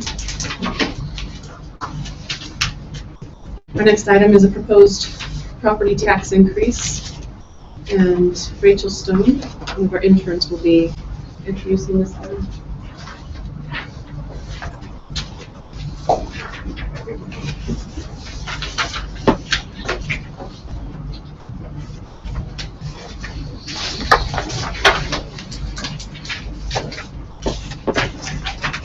Hey, yeah, good afternoon. I'm Rachel Stone, I'm one of the interns, and I'm talking to you about the property tax increase today. And we're waiting for the reports to make their rounds before I begin. I just wanted to make also a quick note about the handout that you're receiving. It's got a slight change from the one that we sent out last night. One of the slight changes is that instead of a resolution, we'll be passing an ordinance if you choose to. So there's a slight word difference there. And then the other one is on page 7. There's a chart of incoming and outgoing employed officers. And in the total for the incoming, it should be 25 and not 14, and that was my negligence in changing that number when I did the calculation. So that's the only difference. Okay. So we wanted to start off with giving you some context about why we have a property tax increase proposal. And the first thing is that we want to maintain the standard of service that Provo City residents expect, while also addressing the impact of inflation on Provo City's purchasing power. We know that we haven't increased our property tax since 1991, and so in the meantime, our revenues have stayed more or less the same in terms of the rate that we've had for our property tax while our expenditures have gone up, and you can see that here in this chart there's a consistently growing gap between revenues and expenditures, except in 2014, and we'd like to replicate that where they're more about the same. In terms of our objectives, these come from Vision 2030. We're trying to avoid an unruly tax burden on our citizens. We want to maintain the city's financial health. We want to keep our residents safe, have a proficient government, and maintain a high quality of life. And so safe city and responsible government are the two main values from Vision 2030 that we're bringing to the table. So the mayor's proposal in the budget constitutes a 2.28% increase in the property tax rate to raise $92,663. And this is to fund the employment of one additional police officer, his uniform and vehicle, in the police department. So this would result in about a 24% monthly taxation per average household, and the average household we consider to be about $215,000. So it's about 25 cents for a lot of our residents. And what the council will have to do is approve a truth and taxation hearing that's slated for August, and then formally approve the property tax by ordinance, not resolution. So then the remainder of my slides look at the police department itself and why we have this need. This sums up the budget in the police department over the past 10 or so years. It's gone up by about $2.5 million since 2007, and what we have here is about a $17 million budget for our next fiscal year. In the police department, we have 103 allotted police officer positions. This includes the officer that we're talking about employing here with this property tax increase. They've already hired the guy conditionally and trained him, but he hasn't been formally added into the group of officers that we have hired. We have about 8.6 officers per 10,000 residents in Provo. And we looked at the national average, and we have, in 2011, it was 20.4 officers per 10,000 and 17.1 officers per 10,000 in Utah, and that's based on 2011 statistics. So we are definitely below the national average, but we're also one of the safest cities in the nation. And we also collaborate a lot with BYU's police department, and they have about 30 sworn-in officers that we collaborate with pretty often, all the time. So we just remind you that Vision 2030 says that we want to maintain that national standard per 1,000. So if we look at other cities in our neighborhood around the area here in Utah, we do come out with one of the lower ratios with 8.6. Salt Lake City has 22.1, Orem has 9.4, and then on the right column you'll also see this on page 6, the violent crime per population rate, which is from 2009. And this is the chart that I referenced before about the incoming and outgoing officers in the department. So since 2010, we've had 25 come in and 21 leave. And I'll just make note that in 2012, when we have 8 incoming officers, that's partly because the department instituted the Office of Professional Standards and Training, which came out of the Citygate Associates report. They did a management audit and recommended that we include that office in our police department, so we hired 3 more people for that. Okay, so we have a couple of alternatives. The first one being that you could take the 2.28% increase that number, or decrease it based on your objectives. You can also divert the funding from the police department and redesignate those funds to other departments. I would remind you that the officer that this report is based on has been conditionally hired, so if you'd like to keep him as part of your objectives, you'd have to allocate funding from somewhere else to keep him on. The second alternative would be to pass an ordinance to raise the property tax every year. And you could base this off of the cost of living adjustment of the previous year, so that every year we're proposed to raise the property tax, and you'd have to hold a truth and taxation hearing every year to be able to do that, which has a couple of political implications, but we could get around it. And it would consistently adjust the inflationary costs. The third one is that you consider other funding sources to evenly distribute the tax burden, and this is because 45% or 55% of Provo City is property tax exempt. And so if you'd like to draw funding from a more even distribution from our city, we'd have to look at other sources of funding for that. And examples could be that you could elevate the utility transfer from 11% or further escalate the utility rates, but I doubt that's on the table after today. And then last of all, we'd like to maintain the status quo, or we wouldn't like to, but it's an alternative that is presented, that you maintain the status quo, which means that we'd have to continue to cut government services as we've been doing as the gap between revenues and expenditures has increased. So we leave you with policy questions as a recap. Again, is the employment of the additional police officer in line with the goals of the council, Vision 2030 and the police department? Do Provo Police Department staffing levels sustain the city's policies relative to public peace and safety? Should policies be adopted to clarify the council's positions regarding public safety?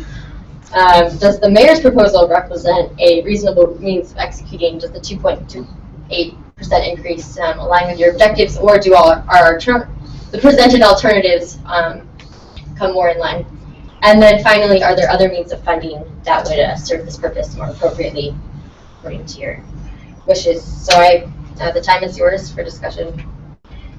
And Bryce and I are here with questions, with answers if you have questions. Given the absence of cost of living adjustments for you, you said 20 years or more, or no, it was 25 years or more. Is that how this is being viewed, as a first step toward an annual cost of living adjustment?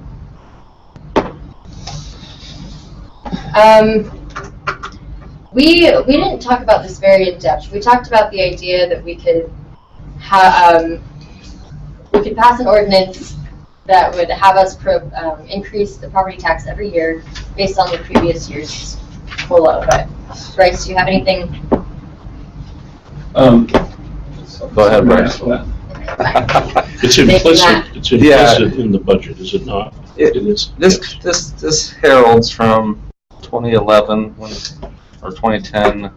The council initially adopted an intent statement that said that every year the council would consider a property tax increase to compensate for inflationary gains. The administration has responded by taking that intent statement, which has not been removed from the council's stated policies, in preparation of last year's budget and this year's budget. However, the two times the council has moved these forward, the truth and taxation hearings, they have not acted on that intent statement. So I suppose to answer the question, yes, I think the administration is going to continue to propose it until you explicitly adopt an alternative policy. And at least initially, it's meant to add police officers. Is that right? Your policy doesn't just addresses inflationary costs. I understand. But, their approach is to spend it on police. Yes. Thank you. Yeah, Mr. Taylor, remind me, last year we had this proposal? I don't remember this 2%. Yeah. It was for... I think it was in last year's proposed budget. Council acted not to go on with the truth and taxation hearings.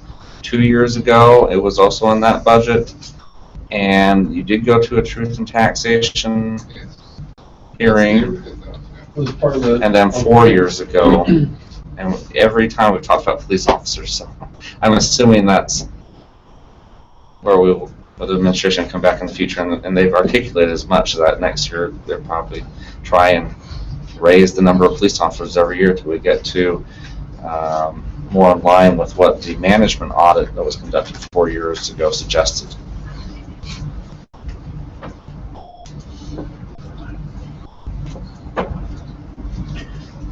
Can you help me just for my own clarification? I've been telling people about half of our properties in Provo have not been tax exempt. That 55%, it said 55% are are tax exempt. Is that, so it's more than half? It is more than half. That's the property value. Property Based on value, property values. If you take the cumulative property value, 55% Oh. is not taxable. It's not 55% of the it's property. not necessarily nonprofit, it could be government or religious institutions. Right. Just The- basically tax exempt. If you recall, when we did the Transportation Utility Fund, the analysis that had been done by the consultant said of the land mass in Provo, roughly half is not taxable. And so that would, again, it would include roads, it would include parks, it would include schools, hospital, university, churches. So essentially, and again, I don't think we've looked at the value question specifically, largely because we don't know the appraised value of the hospital or the university, for example, because since they're tax exempt, there's no assessed valuation. Our staff knows. So, yeah, and That's what I was gonna say. Yeah, yeah. So I think there's been some analysis here, but regardless of whether you look at value or land mass, it's about half. And that's what I've been telling people. It's a reasonable thing to tell. Okay. Thank you. If I could just interject one other statistics that may not be relevant. In those cities where they have made an attempt to tax universities and therefore have valued the universities, they represent about 30% of the total property value in that city. It would make sense, just intuitive sense, that I see the proportion of valuation is greater for the untaxable area, because usually these universities, the churches, the government agencies have higher value, higher capital improvements on these properties than your average residence, or even commercial buildings in most instances. But is that what Larry said? If we were doing land value is 50%, but if we do, land mass, 50%, it sounds like the value, then you're saying it's only 30%, or Larry said. That's just the university. So once you add in all the government, churches, they're, even though 55% of land mass, the actual valuation might be something higher, 60 or 70%. Which is what the tax is. Let alone the social capital they provide. And this is the very reason the city has gone for alternative funding mechanisms through transfers and utility rates. It's one reason we've done, or we've continued to expand our utility services, is capture that revenue opportunity. Many cities don't have that. They only have property tax, sales tax, and the collection of fees in their various forms.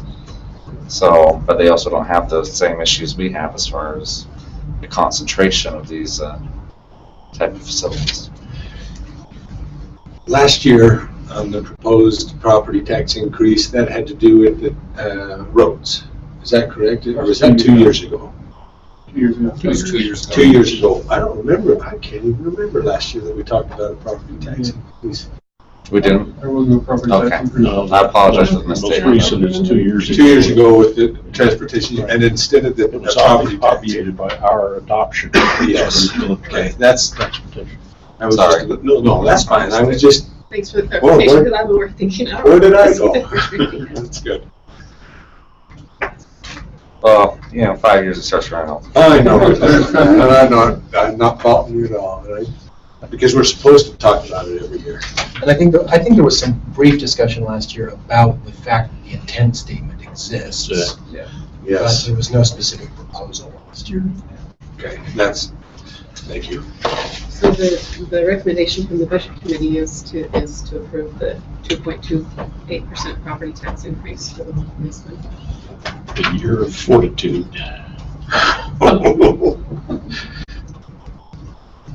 And I personally feel like it's a good use of tax dollars. I attended the community-oriented policing, and you really do dig into what their lives are and how well they do with limited resources, and appreciate the fact that we're moving towards getting them what they need. Can you help me just for a second? We said a 2.2% increase. 2.28. 0.28. Yeah. And this is where I get a little bit frustrated with some of the information that goes out.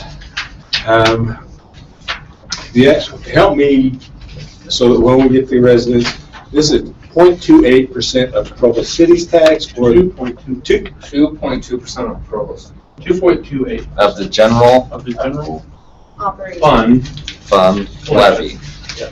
So But not of their overall. their overall tax bill is gonna equate to some, 0.00002, I think is what we calculated. Increase.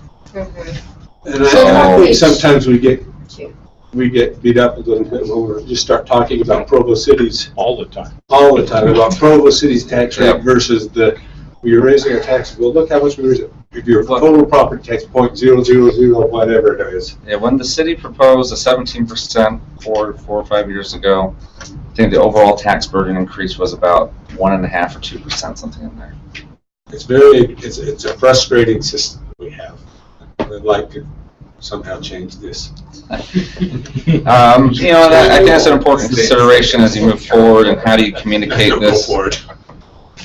Certainly you're raising it by 2.28, but as your staff communicates it, we might want to put it in proper perspective.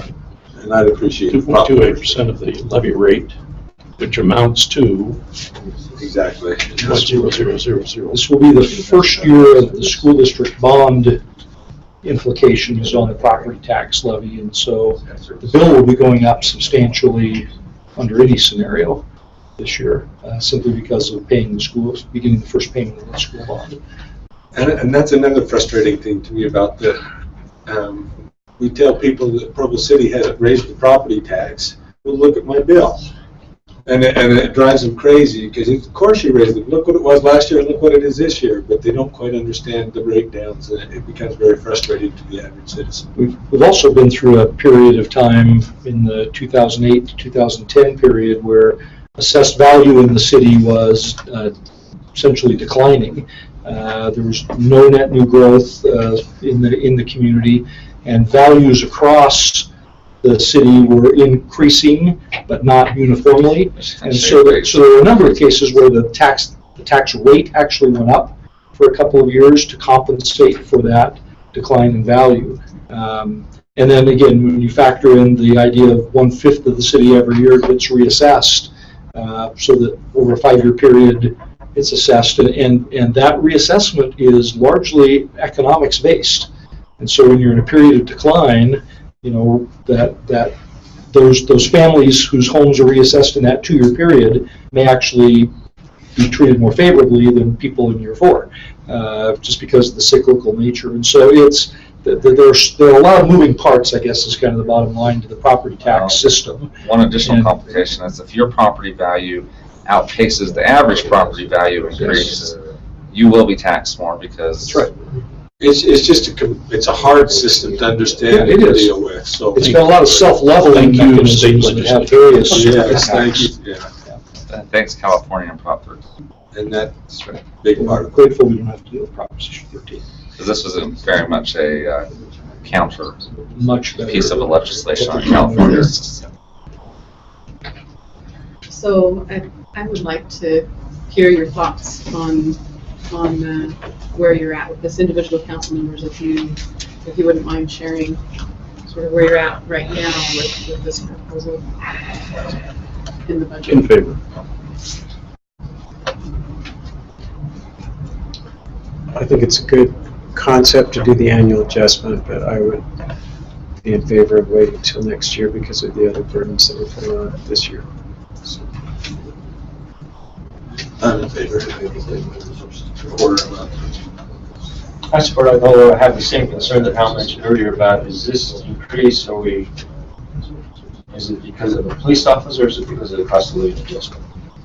I don't know if we need to define that as we go forward. I think we should simply say cost of living adjustment. That's our perspective. Yeah, Administration can use it as they will, or propose using it as they will each time they present a budget. This year they decided to use it. And that's helpful to clarify as we message this to the public. Wait. Message, not sell. Message. And it would be helpful, I think it raises the question as well, that we have budget intent statements and we have guiding principles, but it would be nice to, as a council, have a list of our goals as well, and we can give, guidance as to where we feel it would be important to use that too. So. I assume that in the future, when you make an excellent presentation, by the way, when you make such presentations, that is members of the staff, that in addition to the prelude drawn from Vision 2030, you would also draw from these documents that are specific to the council, so we'd have both administrative and legislative desires, if you will, to reflect on.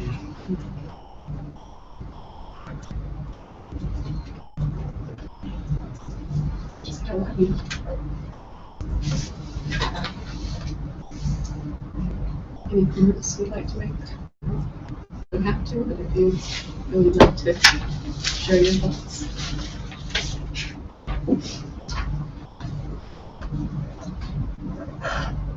I feel like things tax-wise are going up in every aspect.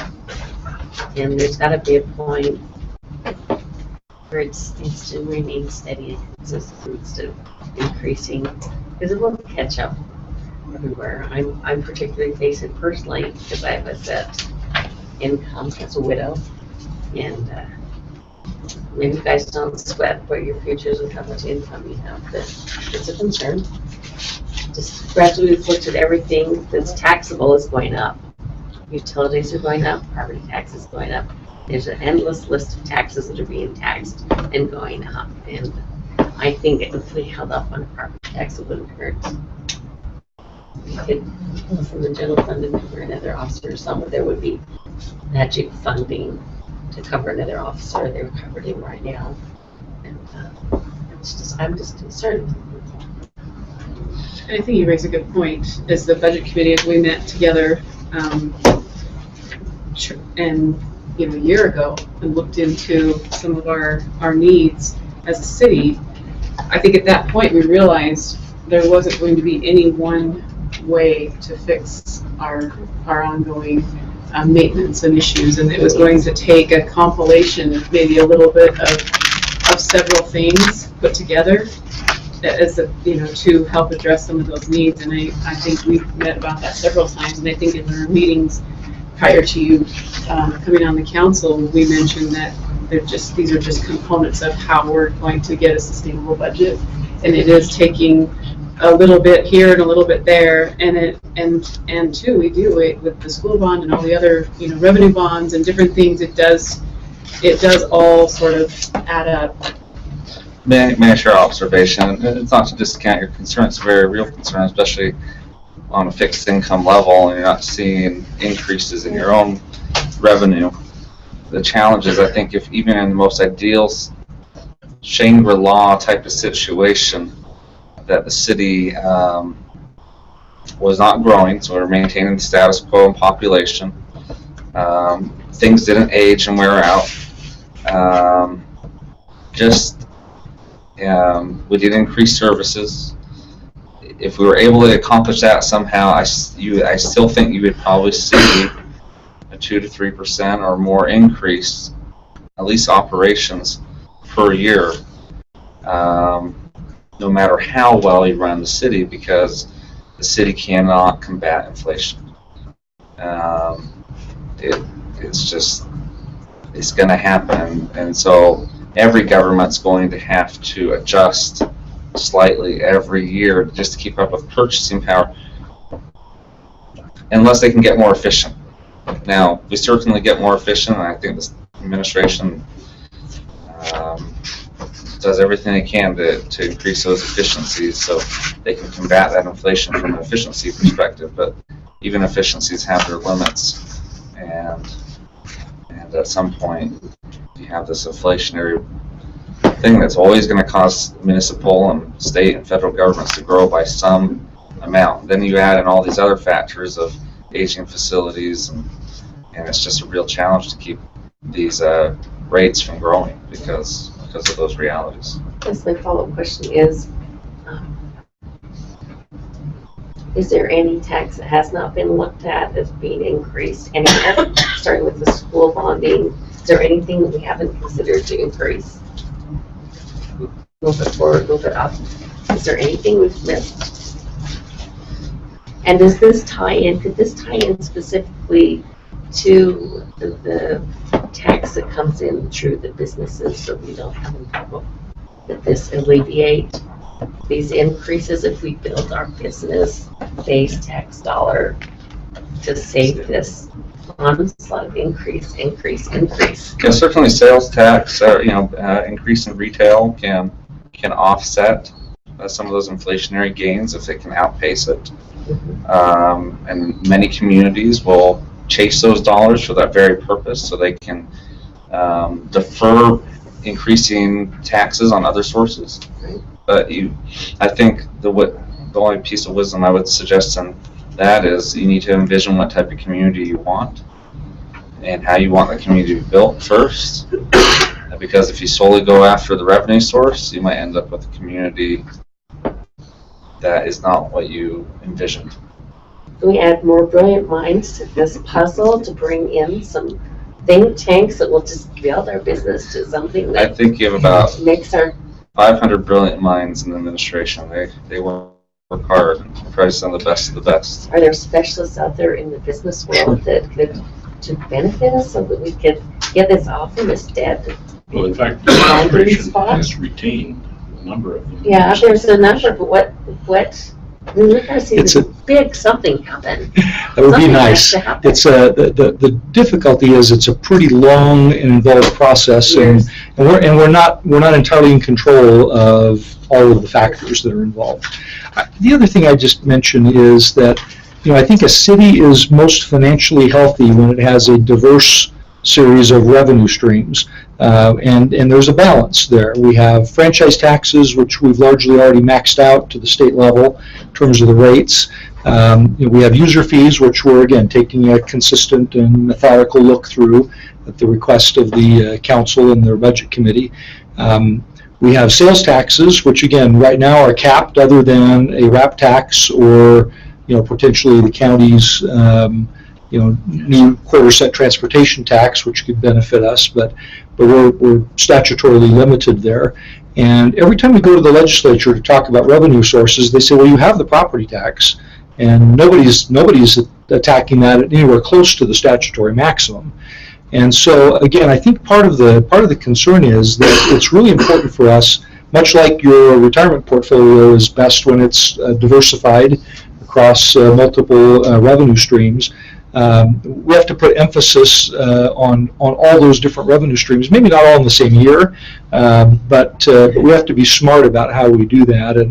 And what's happened historically is that because increasing the property tax is so politically difficult based on the statute, we just haven't done it.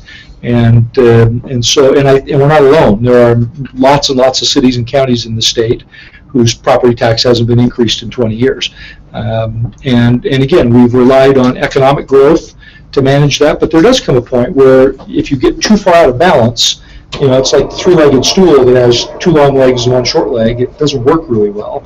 And so the idea of trying to take action periodically to adjust your revenue sources to stay very well diversified, I think, is an important component. And I think that's a lot of what we've been thinking about with the property tax is we haven't adjusted it in years, and we've got a couple of long legs on our stool and two short leg.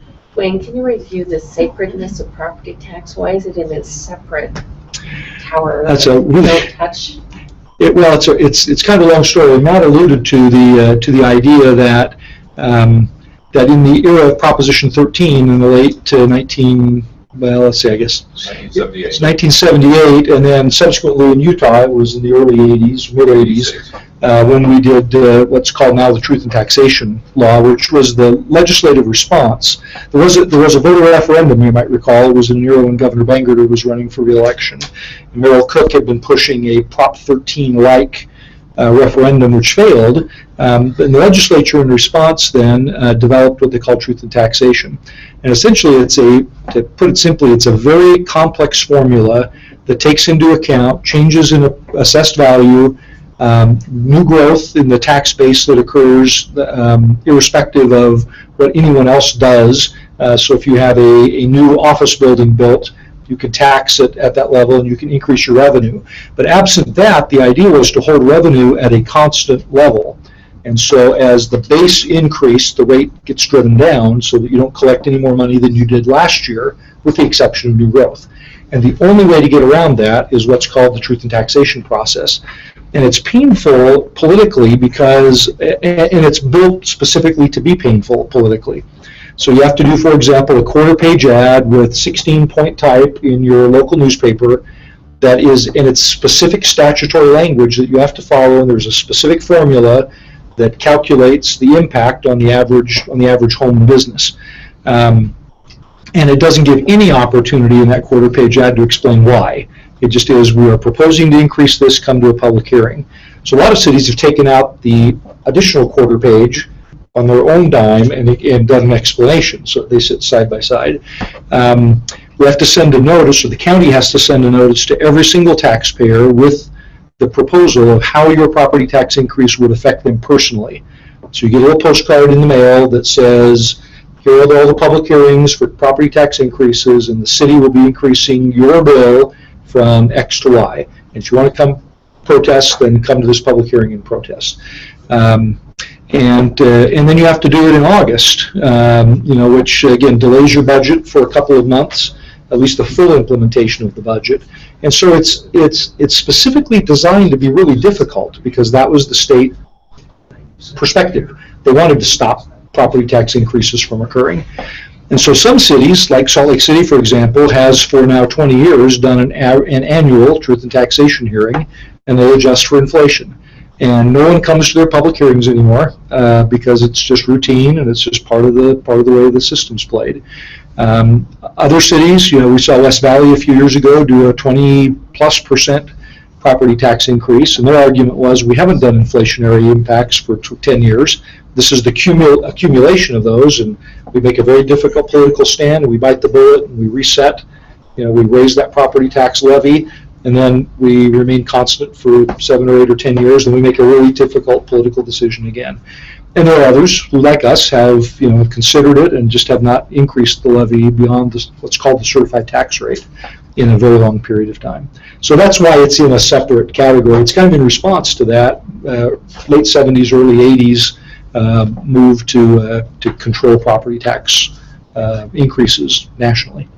May I just round up one of Wayne's points after you're done? Yeah, just a minute.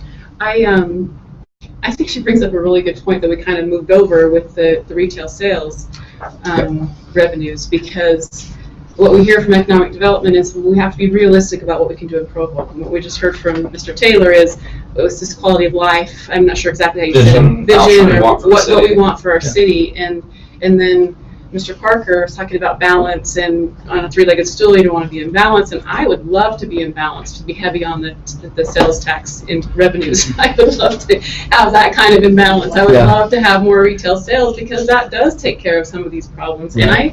And I would love to hear from our economic development, we're going to find a way. We're going to get it done. We're going to bring in retail. I would love to have really positive, go-get-em working it every day responses from our economic development team as well.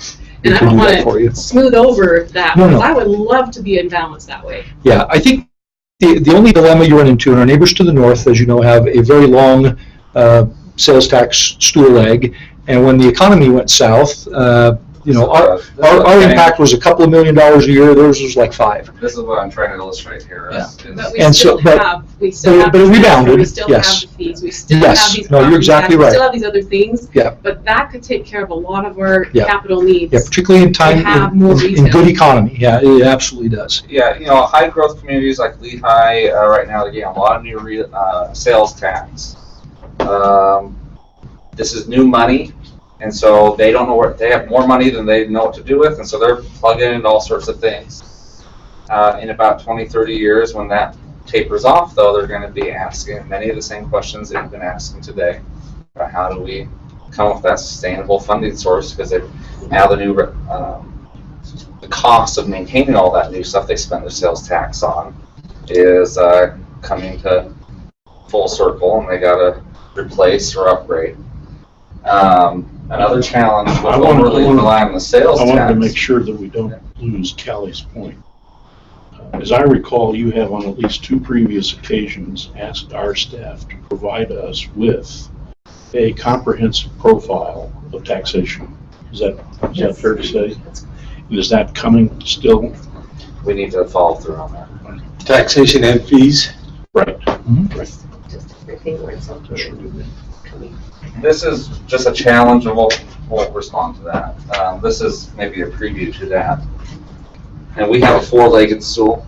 I add the 4th leg of the transfer. Sure. Okay. Yeah. I'm not sure how much Orem has a transfer. I'm not going to do. They disproportionately relied on sales tax. Now, they don't very much. They have a very long sales tax stool. And Kim's right. That's great for growth and to fund things. But it's a unstable revenue source. It's not predictable. Property tax, fees are very predictable.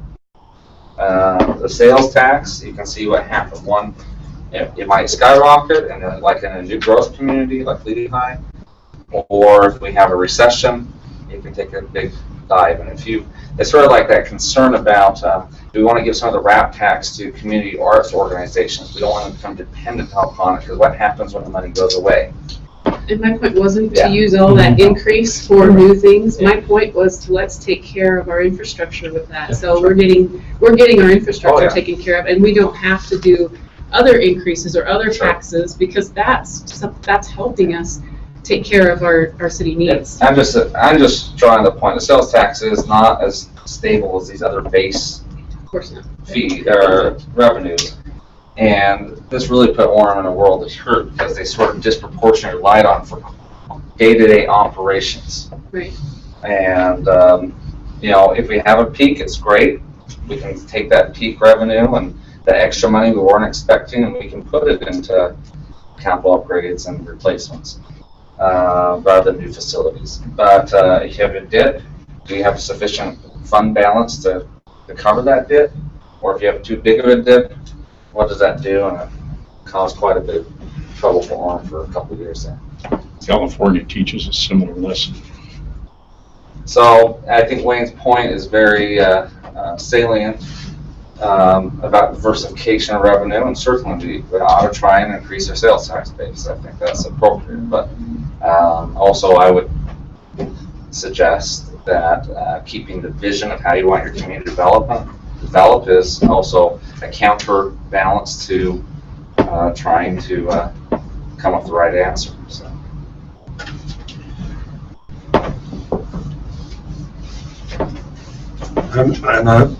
I'm going to get beat up with this, but as you go forward, we look at the cost. We're asking our residents to pay $1, a couple of dollars, and I hear what Wayne says we have to do to make this legitimate. We're spending a quarter of what we got just in advertising. So are we asking enough? Because we're not asking very much, and I don't want to raise the tax, but I just think it's something we ought to realize. What we're spending. And to Callie's point, can we do less in advertising? Maybe save in some ways. Save in other areas that we're not aware of. But it's so, we're asking such a little bit that, I don't know, it gets... Just for my benefit, can you clarify advertising and not following? Well, we got to send it to the county, which we don't pay for. The county has to come out and taxation costs. That's taxation costs. Oh, I thought you're talking about advertising. Well, and if you look at that just in an annual perspective, that might be, that's a very good point, but this will be a compounding revenue stream over years. And that's a good point too. They should cover the advertising once. That's a great point. Thank you. That's good to remember. It is, though, a diabolically designed to deterrent. Yes, yes. It is Intentional. a statement. It is intentional.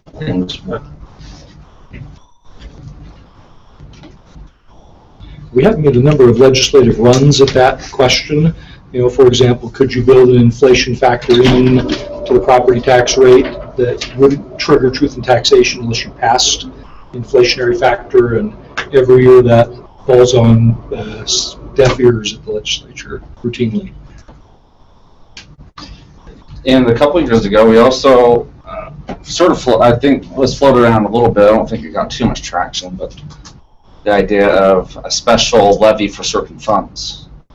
Yes. You know, if we could dedicate a levy for transportation or for police, so that future councils couldn't take it out of that. That's more of a marketability sales approach to ensuring to taxpayers, okay, we're going to raise your property tax, but we ensure that for future it will be spent only in this area.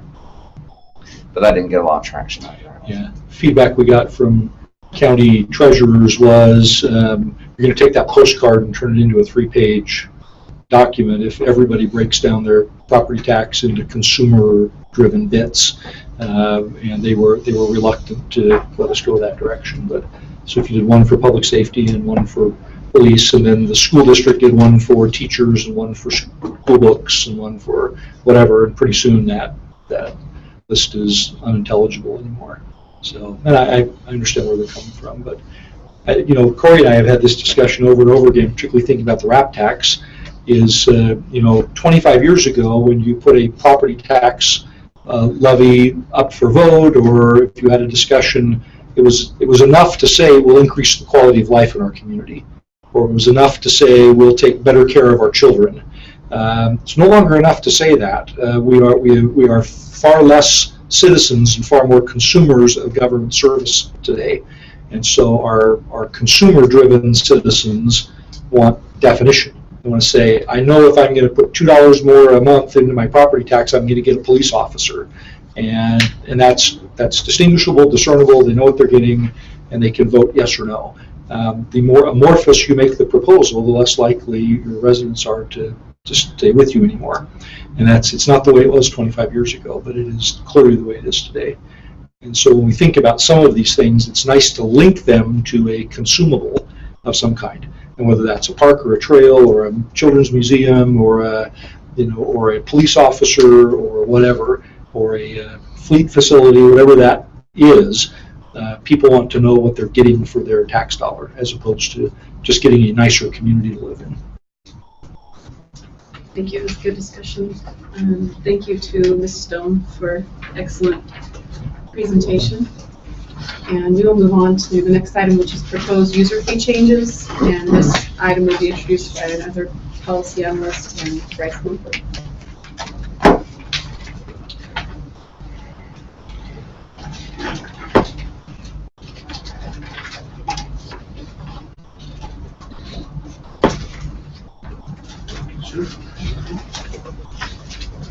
All right. Thank you, Council, for the opportunity to discuss these items with you. Basically, we wanted to talk about user fee changes, and one of the first things that we did was just kind of talk about what is in this proposal. And each year, the administration will go about addressing some of the fees that are associated with the consolidated fee schedule. And each department is tasked with reviewing those fees against market conditions and their own, if they have an internal cost or two that has gone up, they can adjust it based on that.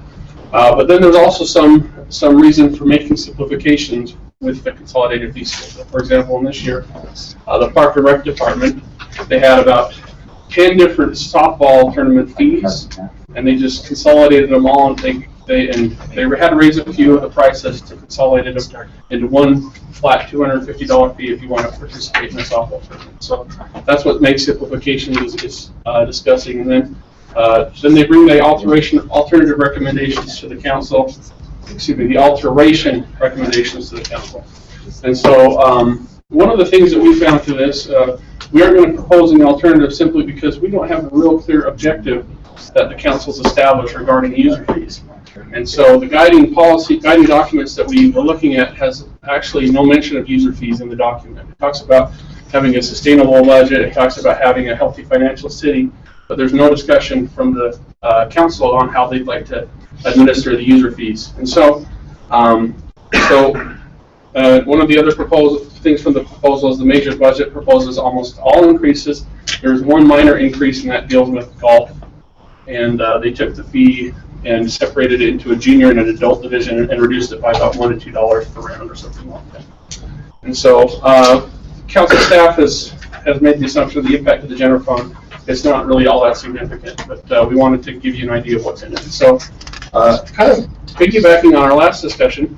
I ask Bryce, is your statement about the absence of council statements also true of Vision 2030? Yes, and we'll get to that. The actual only thing that we have is the proposed council budget intent statement that was drafted related to it, but because it's not formal council policy, we mention it, and we'll talk about it a little bit, but there's no user fee mentioned in the Vision 2030. So user fee and background information, we have basically three sources of revenue that we can typically collect. The first is taxes, and that includes sales tax, property tax, and a road tax. Fees, you find franchise fees, user fees. They typically will be made up of the inspection fees, franchise fees, user fees, park fees, business licenses, apartment licenses, and then there's transfers in, which include the money that comes from the enterprise funds and then also from the justice court. That's here. And then finally the last is other, which include intergovernmental revenues, grants, interest income, land sales, and other miscellaneous revenue. Just to clarify, we mean the utility transportation fee, road tax. Yes. The road tax mean the utility transportation. The road tax, I'm actually not sure. Or is it just that says road tax in it. B&C, I think. That's B&C dollars. Okay, thank you. So, going to this one, this is a breakdown of each fund, each revenue source, and we did it the last 4 years. This shows you where the sales taxes are comparative to transfers in it. It really kind of ties in with the last discussion we had because it shows sales taxes by far our biggest contributor to our revenues, and transfers in second, then franchise fee, user fees, property taxes, road taxes, and then other revenues. And so the beginning bar is actually FY12. The ending bar is proposed 16, just to kind of give you a sense. And this is found in your document as well, so if you want to take a closer look at that. But we felt like this was an interesting breakdown just to kind of give you a sense of where the money comes from for the city. And so current Provo City user fees, these are all of the areas in which we have user fees under. And so the ones with the asterisk by them denote that there are fees within these areas that have been proposed in this year's budget. And so there's about 150, I think, fees that have been adjusted, so we didn't want to give you a comprehensive of those, just to kind of give you an idea of where they're coming from. And they're primarily from 4 departments: library, parks and rec, public works has a few, with the utility increases to culinary water and wastewater. And I can't remember if there's one more. There's administrative services has a few. So that's pretty much where all the fees are being adjusted this year. And so we just kind of wanted to bring up that there's appropriate cost recovery levels that perhaps need to be addressed as part of the policy from the council. This is one of the charts that we showed from a previous work meeting where we talked about maybe we need to consider the importance of community benefit versus individual benefit and making those fees fall in line with some of those ideals. And we certainly think that that's a discussion that the council could have and possibly even identify as part of their policy, where community benefit falls in that. So, Bryson, talking with the department heads, do they feel that they're, even though they don't see it exactly, are they doing that? I didn't actually talk with any department heads. I'm sure that there's probably some consideration of that going on within departments, and Mr. Parker would probably be more apt to ask that question too, just because he deals with the department heads more than I have, especially regarding this. Tell you my general sense of, if you look at the fee increases, and Bryce I think is going to go through those, in a lot of cases they are looking for revenue maximizing opportunities. In other words, it may not be directly related to cost, but there may be a sense that we are undercharging for a service based on what we're seeing charged by our competitors. It may be trying, based on feedback they get from our customers about trying to refine the fees. Thus, we might have senior golf rounds and junior golf round fees, which would be the same 9 holes or 18 holes, but would be different, potentially to encourage others to come in and utilize an asset which is underutilized. You know, and I think there's just there's a host of reasons. In some cases, we've talked about this before. For example, the rental on the library ballroom.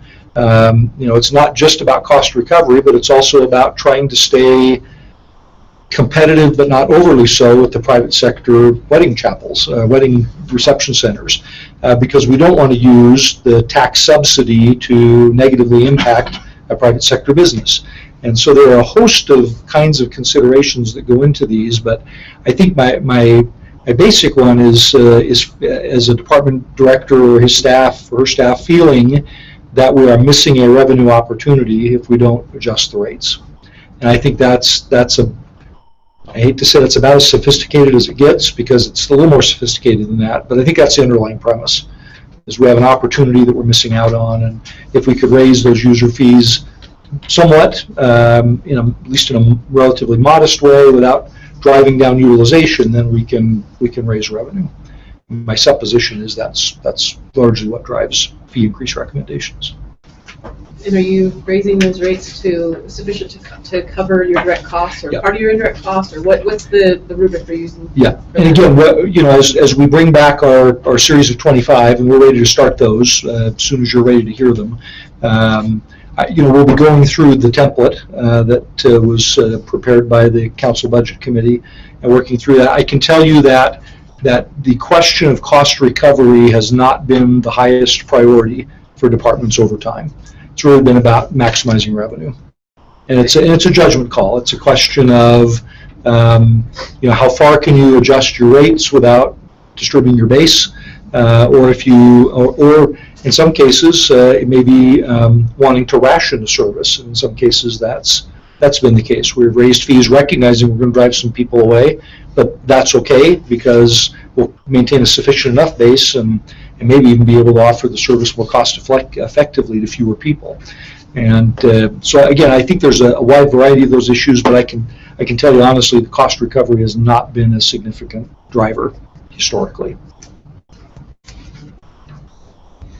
Thank you. And so I just want to iterate that I won't be getting into all the fees in this presentation. I just kind of want to give you an overview of where the there are a few are coming from, and there's, like I said, I think there's about 150 different lines that are in that report. So, but we wanted to figure out a way that we could best help, and so we feel like this is the established policy that we currently put into the report. It's section 14, governance, in the Vision 2030, and the objectives from Goal 14.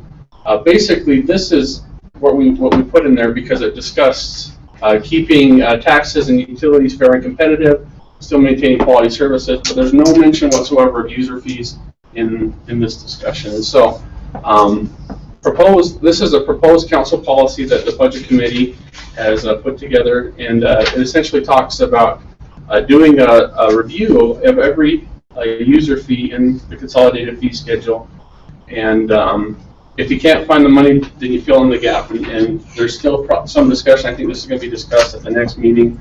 The guiding principles document that's related to this is discussed in the third paragraph there. That certainly talks specifically about user fees and what the role of user fees should be in city government, but we felt like maybe it was more important just to bring up the fact that there's a lack there in direction on user fees in council policy. And so with that, we move to the policy questions. So you're saying that even with the guiding principles, you feel like there's still a lack of direction?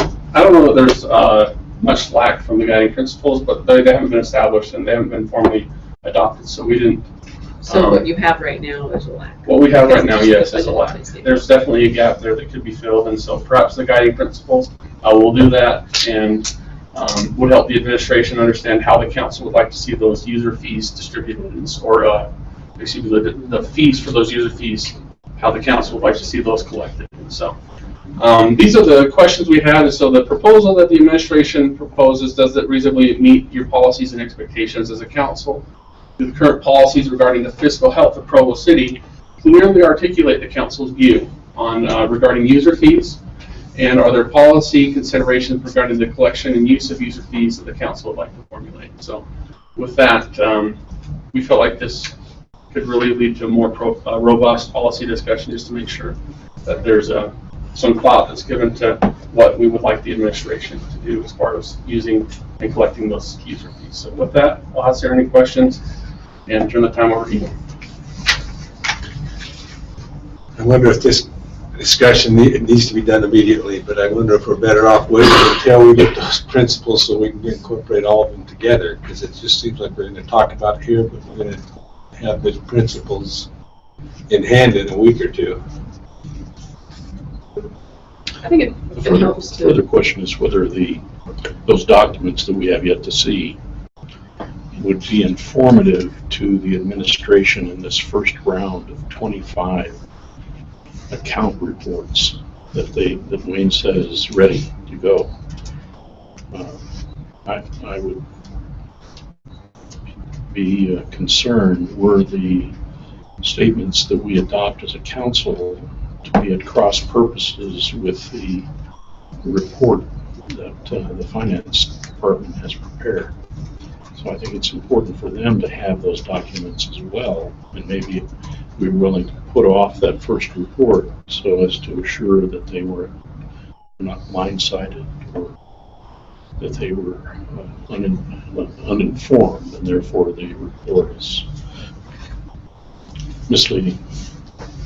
So I guess my question for Mr. Parker is, this past year, much of our discussion as a council has been over the guiding principles, and though they're not adopted, did those discussions lend itself to helping you understand a little bit better, somewhat the direction the council is going in including these fees that are included in the budget, in this budget being proposed? Yes, I would say so. I think our major focus in terms of trying to respond to the draft intent statements was to go through the first 25 and help inform your process, essentially try it out, see how it fits. We're prepared to come back to that. I would say of these user fees that Bryce is referring to that were included as a part of the fiscal 2016 budget, I think we were informed by the council's intended discussion. I'm not sure that our work was particularly responsive to those. Does that make sense? A lot of these were kind of in process already, had already been contemplated by directors, and so I don't think they run counter to the council's intent. They probably don't go as far as you would like to go. And where are these listed? I was trying to find the document where the actual... The appendix, there's a link that you can click. It says click here to see all of the proposed adjustments. And just click on that and it'll take you to a spreadsheet that has them all in it. So it's the last page, the appendix. It's just, and there's a little blue link that you can click on. Click on that and you'll be able to see them all. It shows the dollar amount increase. It shows what the current fee is, it shows what their proposal is, and it shows it by unit so that you can see and compare. Oh, so on your report? On my report, okay. Right. Okay. And did you email this to us? Oh, we emailed it last night, yeah. Last night? Yeah. Okay. Yeah, it's not in the public access site. Yeah, we didn't put it in the public documents. Shouldn't I emailed it last night. So, okay. Bryce, are you aware of the study that occurred before your time that Gary and Kay and I were part of, that looked at the cost recovery for city services? I think the context was entirely business licenses. Is that right? Did you look at any of that? Well, I did the business license a year and a half ago or so, where we adjusted the business license. Yes, and there was a study prior to that that you were working from. Yes, and that was done by Lewis Robertson, I believe, and basically talked about proportional costs versus disproportionate costs. Is that the word? Correct. I've somewhat, it's been a while since I read it, so I might be a little rusty, but is there a question specifically regarding if we use that in this analysis? I wondered if there was any possible transfer between the two analyses. I don't know. I'd probably have to read it again just to get a sense. It may be more relevant to the issue of recovery. It depends on the fee. To me, the most relevant part of that is, what is the desire of the council? You know, if we got to the point that, yeah, we understand the direct costs and the indirect costs, but we, at the time, we just weren't willing to consider that we're going to do those, cover every direct or indirect cost. And that, to me, that's the shocking part for the council to be considering when we're doing this cost recovery thing. Didn't it go just a step further than that? We actually set out some changes and got such a... Yeah, and then rescinded them. Yeah, At the next meeting. Some of us. I think a lot of the report dealt with police and fire influence in those fees, and I don't know that other user fees are going to have anywhere near the same level of police and fire, particularly influence, just because most of them don't really require calling police and fire. So we have to look at it a little bit closer. If you'd like us to, we could. Yeah, there may have been as many as 20 line items in that analysis as opposed to 300 plus. Yeah.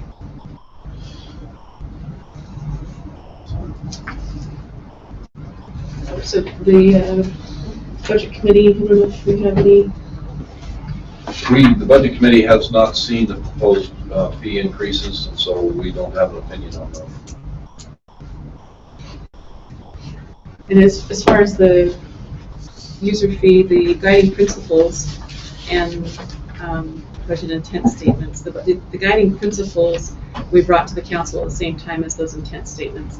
And it was continued so that council members could get more familiar with the document and understand a little bit better and come back for discussion. And then it was continued the second time for similar reasons to get a little more familiar with it. Then the third time it was continued was to have a citizen's input and to talk about some of the things that came from the citizens' input. And now, and Mr. Sewell has looked at the document as well and tried to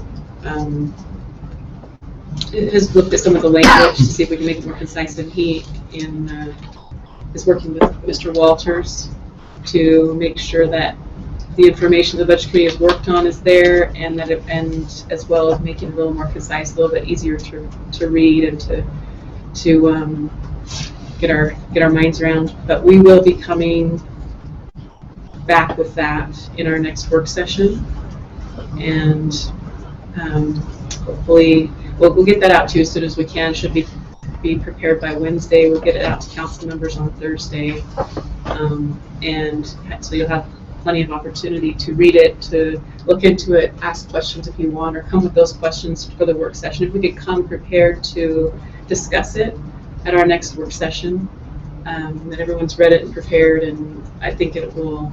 It's a great document, and I feel like it's because of all of the input, it's even better. So we will return with that at our next work session. We had hoped to have it done before the budget. Let's go around and Goshen Ponds. Before the proposed budget, came in.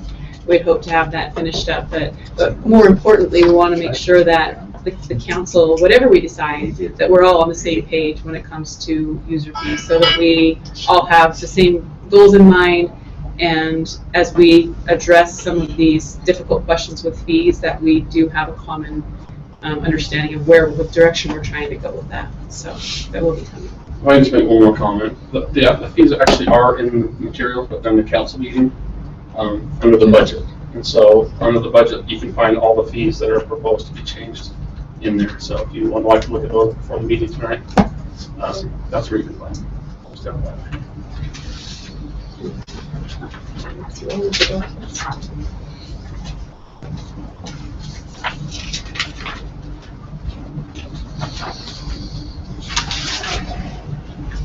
Okay, so I guess, so as far as the, we have enough, never mind. I was thinking we could go around and find out where everyone was at with that, but we don't know yet. Some of us don't know yet. So we move on to the next item, funded and unfunded supplemental requests. And this will be introduced by Carolyn Brown, another council intern. We appreciate our interns. I have to give a shout out to Carolyn. She was the first person to complete the citywide 5K race. She came in first. So first for For the women? Well, didn't you beat everyone? I thought you were. Oh, second overall. Second overall, but first for the women. She's like the winner, so. We hired 20, 22, 20, 21, 20. I remember the time. It was impressive. Brian was right behind me though. Which was impressive. Not right. He was only about 20 seconds behind. Okay, well, thanks for this opportunity to present. I'm Carolyn Brown, an intern here. I worked on the supplemental request analysis with Ryan, and those reports should be going around right now. As part of this presentation, I'll be talking about some of the policy questions, the proposed supplemental requests from this year's budget, as well as a comparison to 2015 budget, the objectives, and also 4 alternatives that we came up with. So the first slide here talks about the policy questions. And there's 2 that we came up with. The first being, is this proposal supportive of the council's stated objective of creating a long-term sustainable budget? And then second, is this proposal a reasonable presentation of how to best execute the council's policies and objectives, including maintaining and providing quality services in Provo? So keep those in mind. So this slide here talks about data from the 2015 budget, as far as the supplemental requests go. Since the recession, the supplemental requests have not been funded, and there have been budget cuts. And so not all of the supplemental requests have been funded due to that. And so year after year, these supplemental requests have been pushed aside. And so as we see here, the supplemental requests, of the 24 supplemental requests, 3 of them were funded. And that was about a $5.2 million proposal. And only about $400,000 were approved by the administration. And here it says about $300,000 of ongoing expenses and about $70,000 of one-time expenses were approved of that $5.2 million. And so that was about 7.8% of those total requests. Again, this is from 2015, just as a point of reference to compare to what we proposed this year. So here is 2016, the supplemental requests. And here, because of the proposed utility rate increases, there will be more money available in the general fund. And so the general fund is in better shape to fund these supplemental requests. And of the 58 requests from the department heads, about 39 of them have been approved to be funded. And that is about $5.7 million of proposed requests. And the administration approved $2.6 million of that. And so that's about a 46.8% of those total requests that were approved. And of that $2.6 million that were approved, those funds, $2.1 million were ongoing expenses, and about $500,000 were one-time expense. Those one-time expenses. Yeah.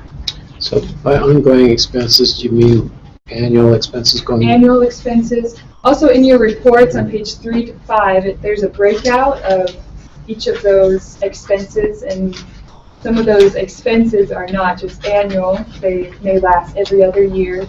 or some are just for 7 years, and those are indicated too on the report. So just to get an idea of what some of those expenses are, here are the top 6 approved ongoing expenses. Again, you can reference those in the report. The first, or the top approved ongoing expense, comes from the general fund, the market pay grade study with $400,000. And so this is just a point of reference here to get an idea of what type of projects that the supplemental request funds are funding.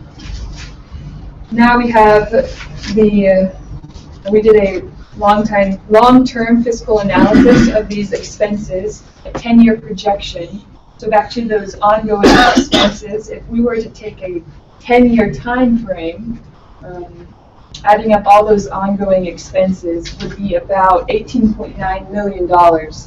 And so we just wanted to show you the comparison here of in 10 years, when we're approving that $2.6 million of those supplemental requests, it's actually approving the $19.4 million in a 10-year time frame.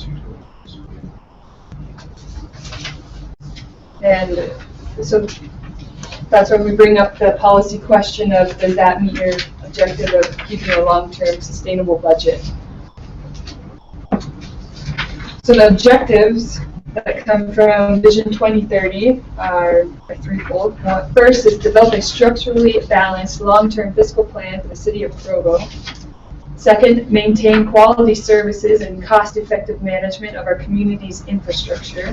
And third, maintain effective and friendly customer service to the residents of Provo.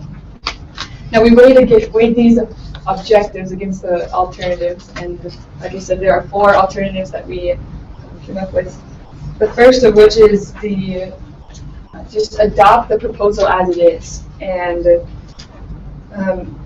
like I said before, that would be funding the proposed 39 expenses out of the 58 proposed. And there is money available. Like I said about the general fund is in good shape to fund those projects. And so of the $2.6 million approved, 81% of that is an ongoing expense. So that will be back to that chart of, in a 10-year frame, that would be $19.4 million. And then, may I ask, that's inflation adjusted? Inflation, no. It's just today's dollars. Today's dollars, just from the data we have. And so again, we bring up the policy question, does that support a long-term sustainable budget? The second alternative is the status quo, and it would be not doing any of the supplemental requests. It would free up the $2.6 million just for this year in the general fund. And because one of the requests is the police officer being funded through the increase in property tax, there will not be the truth and taxation hearings by not proposing or not doing any of the supplemental requests. In addition, that would put a strain on the various departments. Here we have listed the top 4 departments that would be impacted the most. The Parks Department wouldn't receive the $472,000. Police Department wouldn't receive $394,000. Emergency Response wouldn't receive $239,000, and Fire wouldn't receive them $209,000. The third alternative we proposed here was the alternative of the allocation of funds. So looking at the departments and reprioritizing where the funds go, to look at them in a different way than what the administration proposed. And this alternative might be a little difficult, but might be an option to help lower costs. The fourth alternative is providing funding for all of the supplemental requests, all of them listed there on page 3 to 5 in your report. And of the 5.7, $5.7 million proposed, $3 million were not funded or approved. And so this alternative would provide funding for those $3 million of projects. And of those $3 million, about $1.9 million were ongoing expenses and $1.1 million were one-time expenses. So this alternative would require raising additional funds through raising property tax, through raising user fees, cutting services, reducing subsidies, increasing the utility transfer from 11% or shifting the extra 1% of the utility transfer going to roads to the general fund instead. And so again, we look at the policy questions.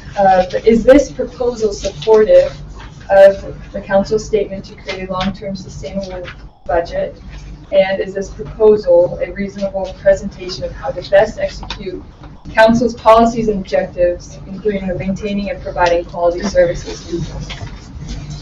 So now I'd like to turn the time over to you for discussion or questions. I'd like to ask a question, Mr. Parker. Wayne? Yes, sir. Does the administration have any kind of triage policy? Here's this long list of projects. Do you begin with a sum of money that you want to make available for what's on the list and then move to priorities on the list? Second question is, what do you anticipate next year? Would those items that weren't funded this year have priority next? Or I'm curious to know what your policy is. It is largely driven, I think, by sitting down at the outset, looking at budgeted revenues and anticipated expenditures and seeing whether the gap is positive or negative. In this particular year, again, given utility rate increases and the positive movement of the economy, we felt like we had some money this year to try to meet some long unmet needs. We had some critical items. For example, during the recession, we had moved a number of dispatch positions out of the general fund and into what's called the Emergency Response Fund, which is funded by the telephone tax, which is supportive of 911 services.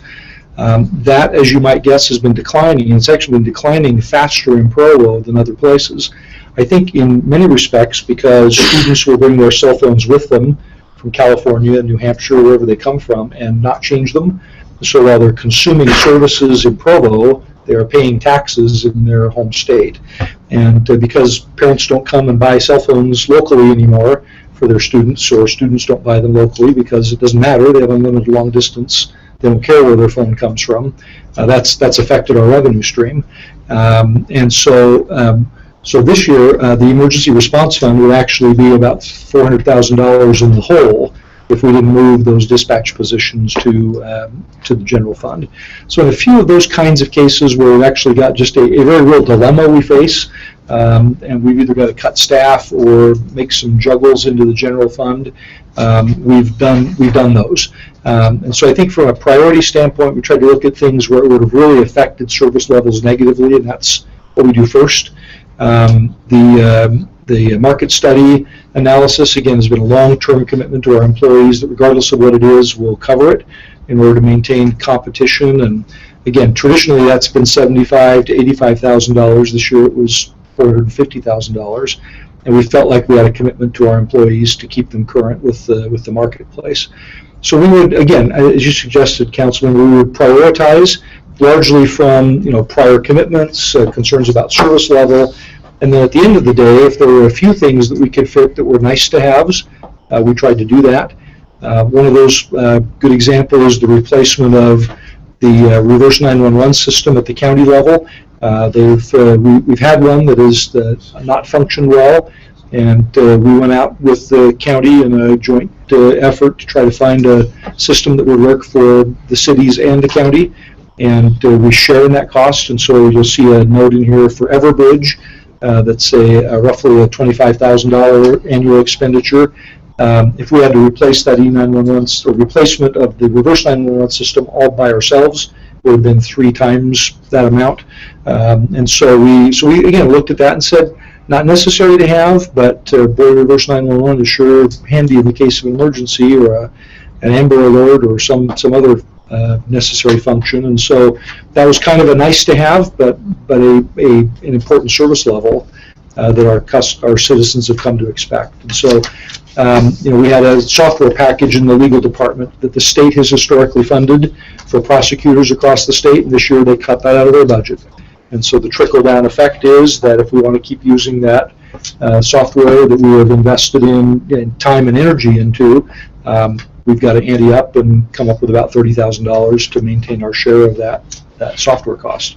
So again, in those kinds of cases, we tried to evaluate where it would negatively impact service levels if we didn't do it. And then there are a few things like there's a small annual increment, I think $20,000 to do electrical upgrades in the parks. Again, that's going to high efficiency lighting, replacing doing some capital costs that result in cost savings over a longer period of time. And so we looked for some investment opportunities, places where we could do some things in those supplemental requests that actually made some financial sense longer term. So again, that's a long answer to say, basically we started with a number and we tried to work to what that number would do. And again, as Bryce as our intern has indicated, we've only funded about half of those requests. And what's remarkable, John Borgett said, almost every year we look at these requests and whether we can fund $100,000 or $2.5 million, it's almost always $5 million in supplemental requests. And so that number doesn't change very much over time, but the amount we're able to fund does change over time. Thank you. And we'd be happy if you have any questions about any of these supplementals. We'd be glad to provide you more information on those. I'm pretty confident in saying the only one we really wish we could have done that we didn't was body cameras. And I think for police officers, and I think our concern there was we could make an investment in hardware and software that might not be compatible with what's being done in other communities, and there would be some value in trying to do a cooperative purchasing arrangement. And so despite the desire, we thought it was not the right time for that investment. And in addition to that, state legislature is having discussions right now about doing some kind of program that would cover part of the cost of body cameras. And so we just thought, well, we'll just wait for the more opportune time. But I think that was the one that we struggled with probably the most of, wishing we could do and not able to do. But again, the timing wasn't right, among other things. So. I received that impression from the presentation by the police department a few months ago. Yep. Yeah, we're anxious to get it done. It's just we'd like some other dominoes to fall in place before we make a go no-go decision. So the entire budget, if you were to guesstimate an amount of the nice-to-have portion, what would you guess that? Oh, maybe 15%, if I had to just give it a swag. Of these supplemental requests that were kind of nice to have. Departments have been waiting a long time to do and wishing they could do, and this was just a time when we again thought we might be able to make a positive impact with the additional dollars. I think one of the nice things. General fund review.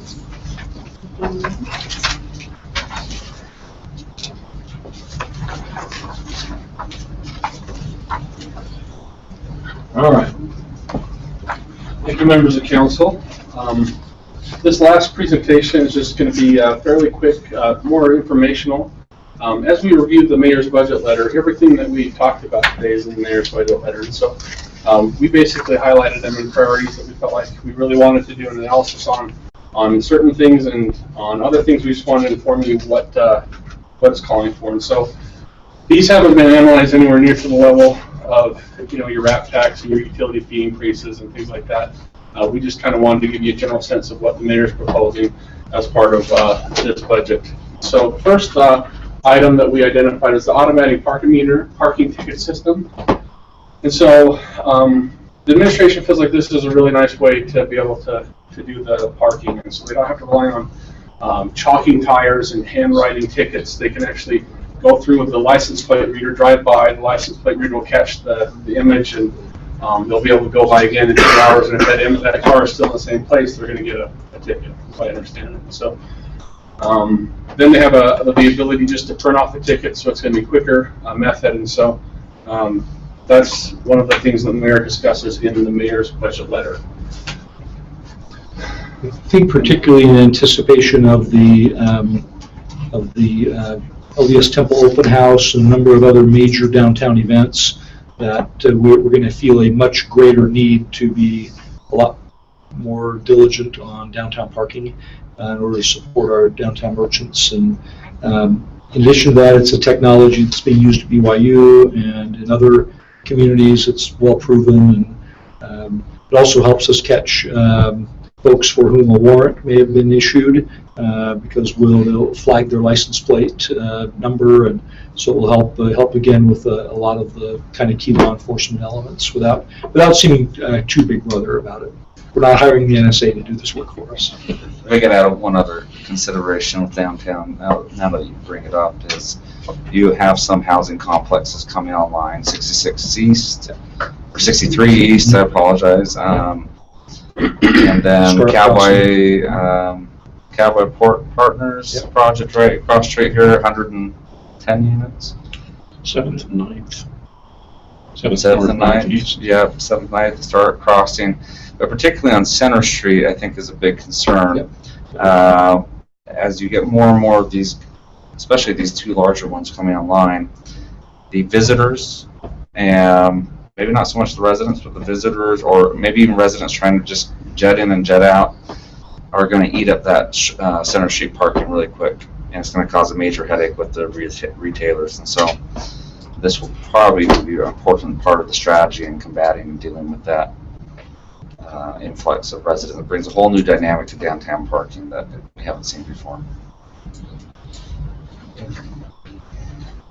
The next one that was discussed is the vehicle and equipment purchases, and so we couldn't actually find anything in the budget that dealt with this, but we went back to the 5-year capital improvement plan, and we found a total of $1.3 million that's being expended this year on vehicle replacements, and a breakdown in each department on where those dollars are being funded. So, and then the 5-year total at the end of that. Some members of the council may recall that there was a time period about 5 or 6 years ago when the council, in an effort to do some other things, chose not to fund any vehicle replacement in 1 year, and diverted those funds for other purposes. And part of our challenge has been recovering from that, and it takes us a long time to get our cycle back into place. And so again, this year was sort of a heavy year for vehicles, but again, we try to smooth that over the years so we don't have these blips and peaks and valleys in our vehicle funding. But this is one of those years that's kind of sort of came home to roost for us in terms of getting vehicles going. When we had that, just even the 1-year hiatus, it's now been about 5 or 6 years that it's taken us to try to recover from that. So. Thank you. And finally, well, for my portion, Ryan's going to take over for this, but the tree planting program reinstatement. What this is the funding for the purchasing and planting of shade and ornamental trees in city parks and property. And this was actually funded through a supplemental request to the tune of $20,000. And so, it used to be at $40,000. It was one of those budget cuts we did in 2008 to try to solve a $5 million budget shortfall in the general fund. And so again, it's an effort. We're essentially restoring half of that funding now, with the hopes that we could maybe do the other half in another year or two. So we're going to do the last one. May I just have one other comment on the vehicle replacement? One thing that we often forget about is extending. We can't extend the life of vehicles, but there's also increasing costs with the maintenance of those vehicles, which may ultimately cancel out any cost savings. So that's one reason for the regular replacement of vehicles that we didn't talk about. So there was a total in this year's budget of 1.5 more FTEs. If you're not familiar with FTEs, it's full-time equivalents. So we're talking about employees here. In the budget book, there was a... Right, can you define what equivalent is? So one full-time employee counts for one. A part-time employee, depending on how part-time they are, depending on the funding that they have, can count anywhere from 0.1 to So as you see these numbers with odd ends, we're not hiring 8/10 of a person, or they may be programmed for 25 hours or 18 hours or 13 hours. We anticipate a full-time employee works 2,080 hours a year, and so if we have a 1,240-hour part-timer, that's 0.5 FTE. If it's a 600-hour employee, then it's roughly a fourth of that. And so it's so again, those numbers are, it's essentially a convenient way to look at how many man-hours we put into any given function in the city. So it equalizes the seasonals and part-timers and so on. And woman hours. And woman hours. Yes, person hours. So on page 28 of the budget, the proposed budget book, it will be corrected. It stated in there that there was an actual 13 less full-time employees, but there was a calculation error. So there's actually overall proposed increase of 1.5. I took out any department that was having an increase or decrease of more than one full-time equivalent, and that's these departments here. I'll just go through quickly what it's for. Some of them didn't explain it in the budget, and John and Denise have been out, so Wayne might be able to help us out here. But in the police department, they're going up 3.62. They're actually going up 5 more full-time employees and decreasing their part-time workforce a little bit. The 5 officers, 2 are coming from emergency response, which Wayne talked about briefly a moment ago, dispatchers. So that's being moved to the general fund, into the police, and then the 3 officers that we've talked about already. The Parks and Rec, they're going down by 6.42. It's an adjustment. They described it as adjusted headcount and compensation. I think it probably has to do with the new rec center coming in. They're just trying to feel out how many employees they're going to need. So that's in there. The Justice Court went down by it's 1 full-time employee and 0.13, and they described it as it's just revenues are decreasing in that area. Emergency response, we've talked about the revenues are decreasing there. Covey Center, you have 4. They're all characterized as part-time, but that one was not explained. I don't know if you know more about that, Wayne. I didn't have a chance to talk to John and Denise before they left. Are you aware of what that is? I don't know specifically, but I'll look and see. We'll get back to you on that. Okay.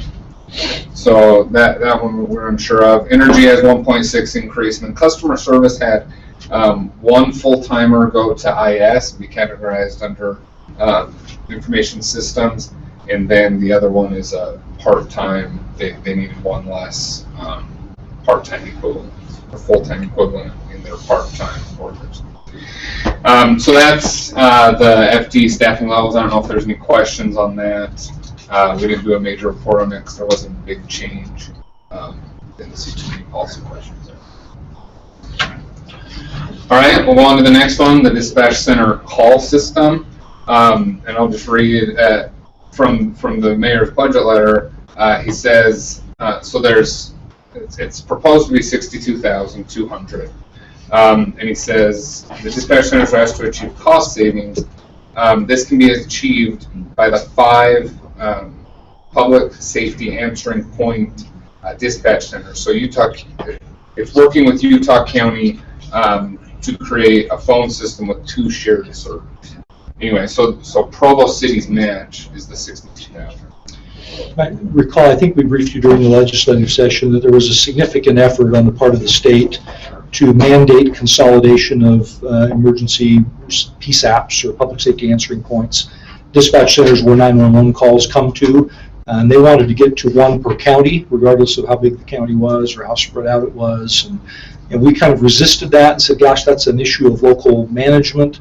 We ought to be able to work together better. And so as the 5 PSAPs in the county got together, said, what are some ways that we can consolidate some services without necessarily having to functionally consolidate? And one of those was we have a relatively old CenturyLink system that receives and handles, manages calls internally. And when a call comes in, for example, on a cell phone, you might be close to the border of Provo and Orem, and you need to make a call, and you hope it goes to Orem, but instead it goes to Provo.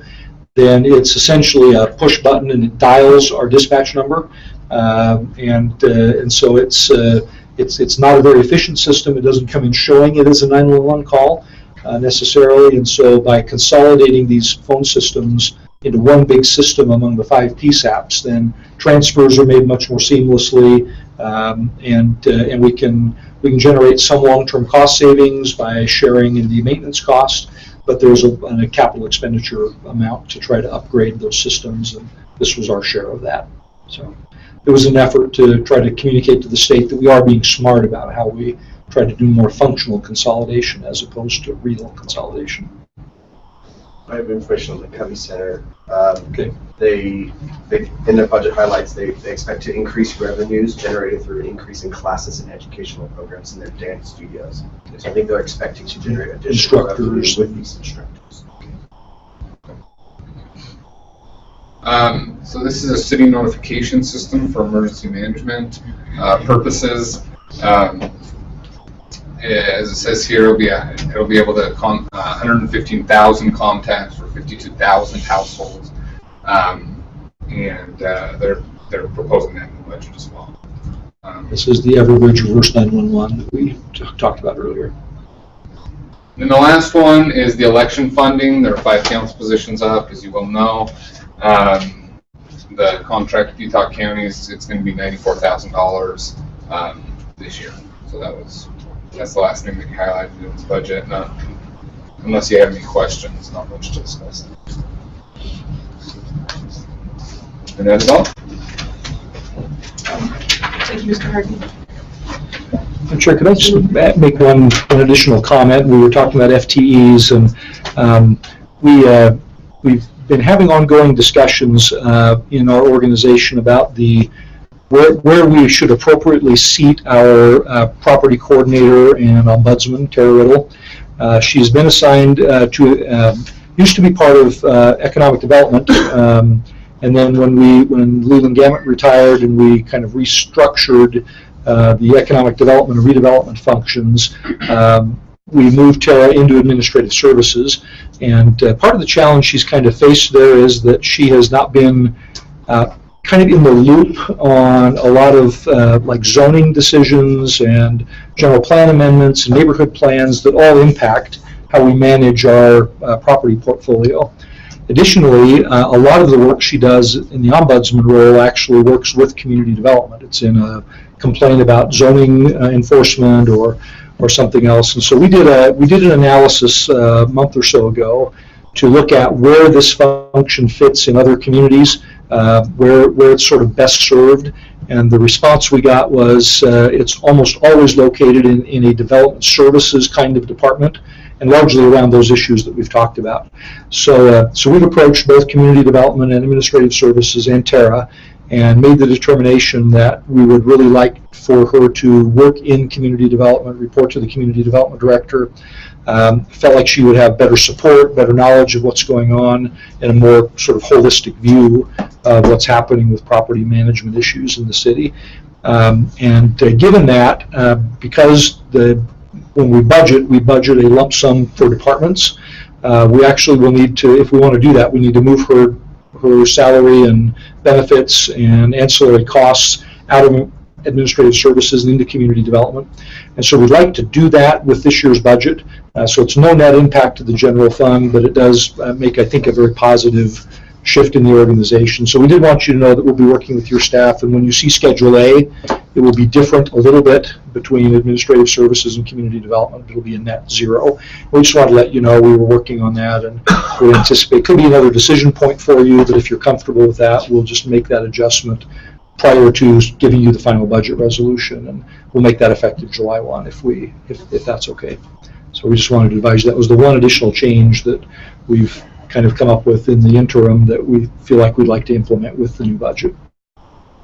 So, any questions? Any feedback or questions, we'd be welcome. Madam Chair, I'd like to make a personal observation, and that is, and my hunch is that the phenomenon that I'll describe is attributable by and large to, shall I say, improved synergies with our council budget committee and with the administration, so that in my 4 years of exposure to the budget process, I have found this year's presentation by our council staff to be superb. Yeah. Such a marked improvement. It's been extraordinarily Not just well the done. videos. Well, the videos have been fun. Haven't quite gone viral yet, but we can help you with that. And we have our 2 new interns to recognize as well, so that the force was added to. Just very, very well done. Very impressive. Yeah, we agree. Your staff's been remarkable this year. Great, thank you, Mr. Miller. So we do have a few items. I want to say we, the budget committee, met and had a few items that we wanted to discuss with the council, and I'd like to run through those. We, as a council, we recommended to staff to take the RAP tax recommendation to the county. Is that correctly worded? But we didn't talk about whether or not the council felt like we should bond or not bond, and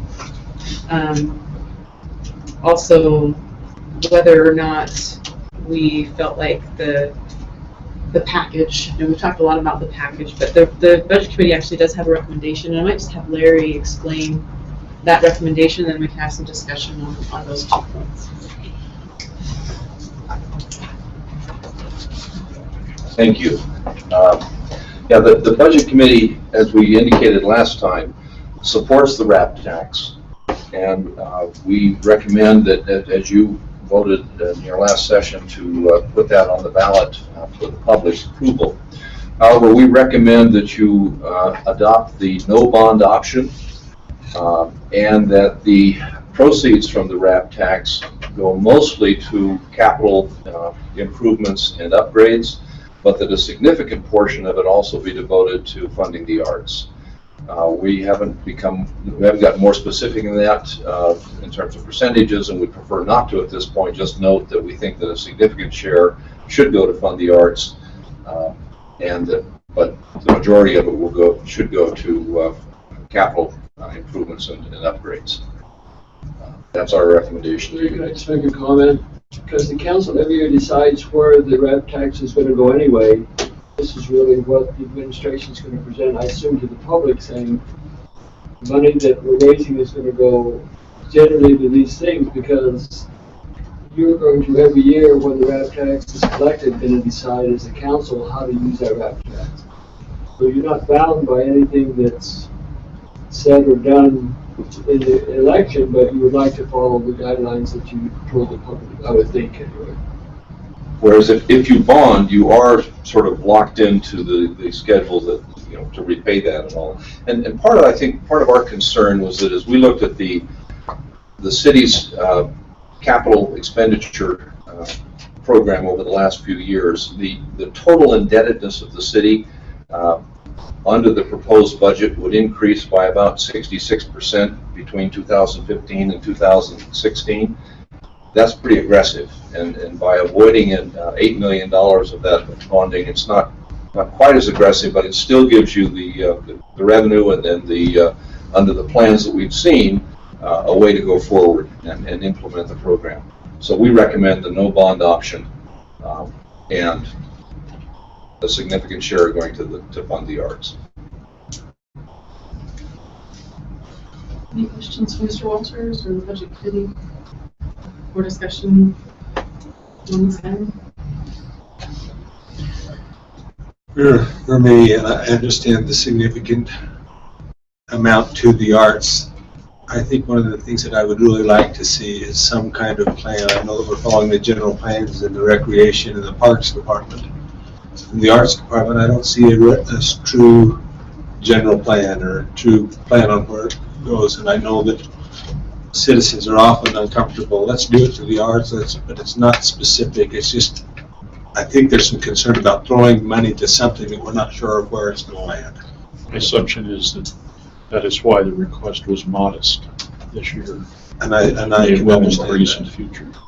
And I think that's something that we as a council need to look at and maybe recommend to the administration of where that goes to.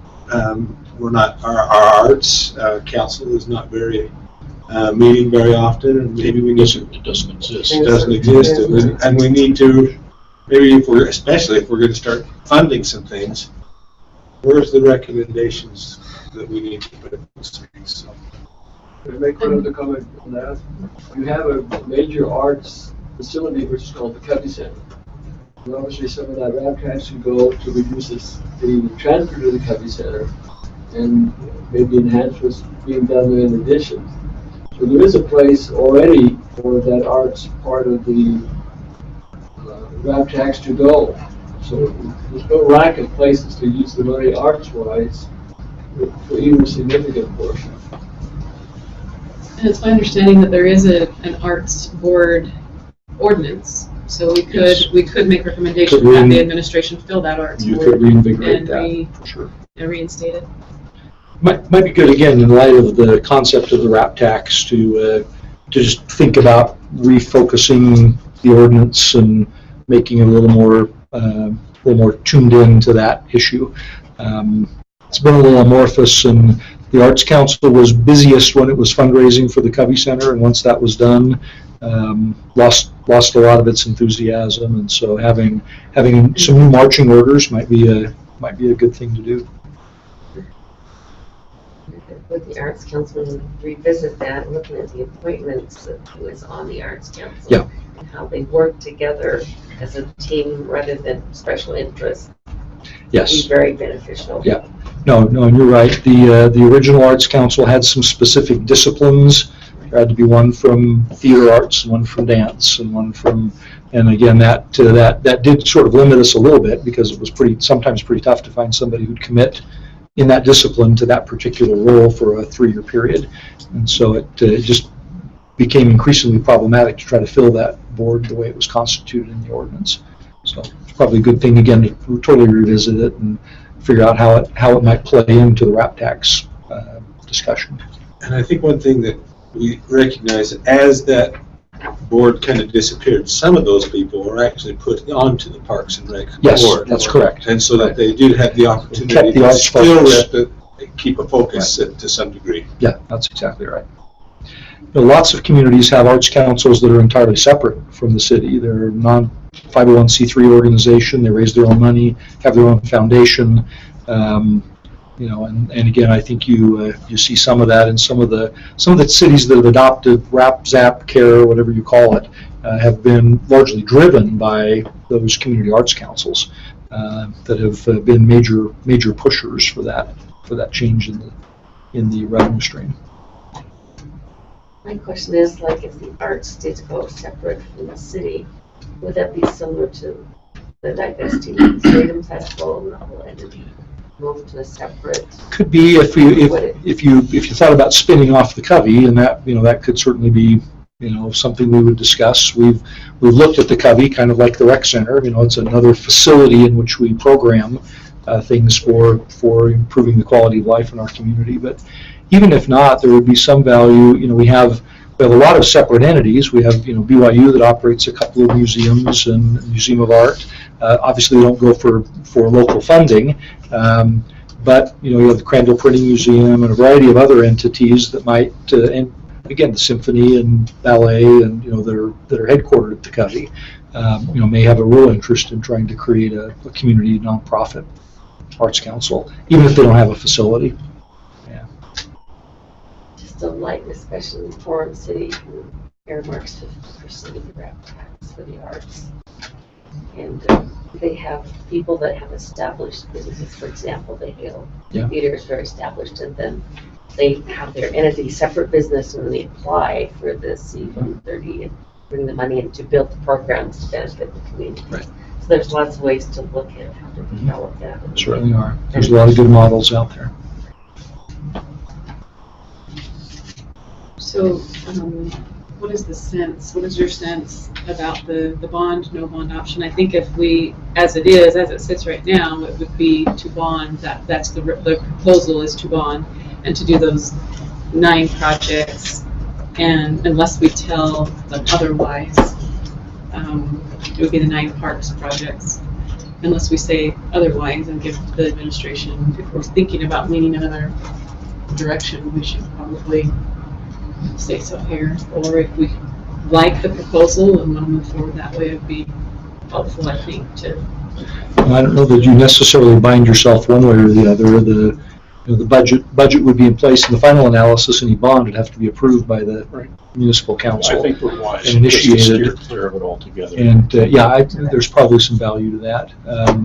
You can come back and revisit it. There may be cases in which you would want to bond for some limited improvements.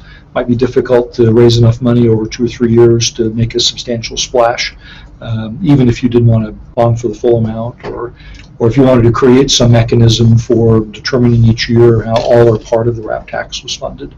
I think that's yet to be determined as you kind of work through the process of preparing for an election. Yes, there'll be a new council that could take that matter up. And I think That's that's true, too. appropriately theirs to do. We simply But endorse the in terms of the impact on the budget, if you if you don't want to go the recommended fully bonding route, then we probably need to amend the budget at some point. I don't know if we need to do it before you adopt it or if we do that after adoption, but under any scenario, you probably want to make that change. The funds wouldn't begin to flow until next calendar year anyway, so the dollars couldn't be expended between now and then. There's no revenue to support them. My understanding was that the way that it would be explained to the public is that the RAP would go to take care of the capital improvement upgrades, and then there would be other new projects through the impact fees. Mm-hmm. So would you change the way you introduce that to the public then if we don't give you any direction about bonding, no bonding, and that type of thing?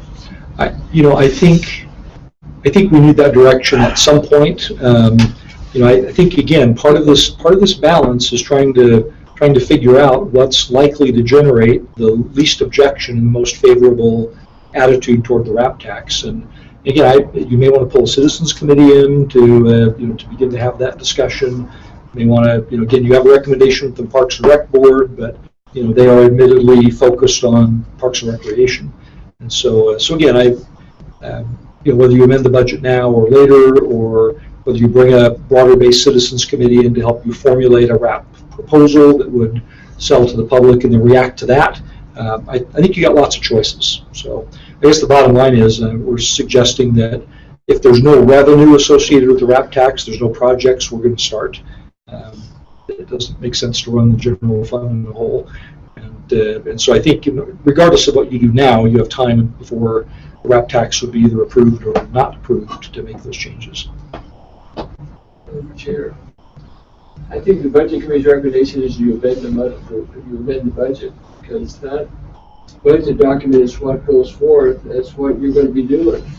If you don't amend it now, I don't know why you wouldn't. If that's your desire, I think you should have an up and down vote on whether the council thinks that the RAP tax should be as the council committee is suggesting, or it should be something else.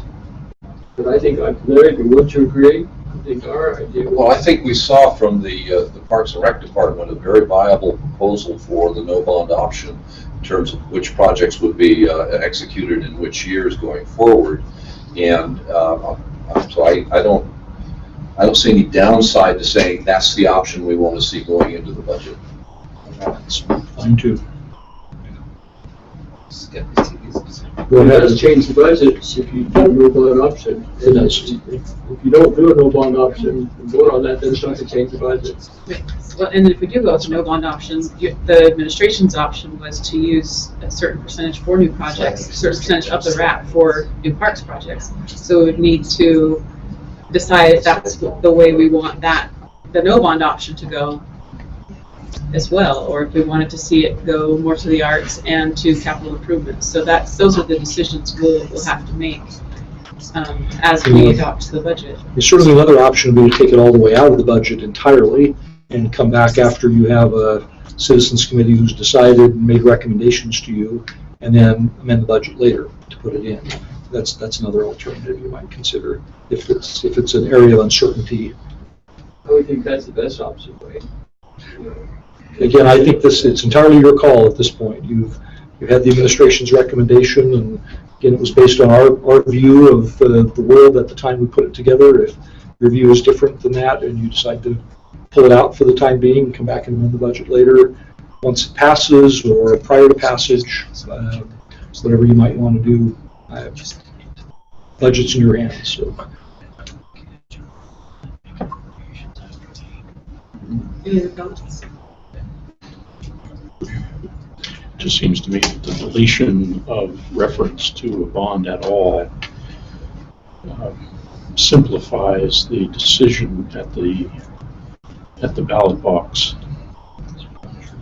It doesn't make it partisan as it would be otherwise. For all who may favor no bond, there will no doubt be a strong contingent of those favoring a bond, and that's not a decision that needs to be made at the ballot box. That's a good point. Just FYI, we do have your meal Okay. set up and ready to go down the hall. Okay, so one other important thing that we do need to discuss is the salary increase, the market pay grade study that was done. And the committee had requested of the administration to see that market pay grade study, the actual study. And what we've been given is what is in our documents that has the step increase, but there are no dollar amounts attached to that as far as. So we'll have that to you later today or tomorrow. Okay, that's excellent. If we can get the study and if we can get the just the increase in dollar amounts by that department. relate, by department, Yep. and We'll by position. Is that how it works, or?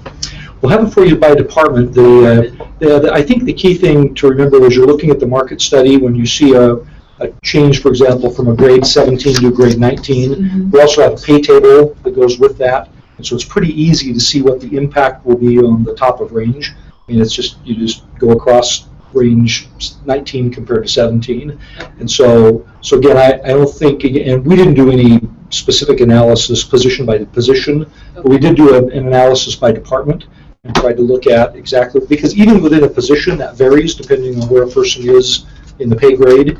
And so we did go through some of that analysis, but I think what our intent is to give you the study which shows positions that were out of market and how much they were out of market and the recommendation to move within the pay ranges, and then we'll give you a copy of the pay range table so you can do your own analysis if you choose to.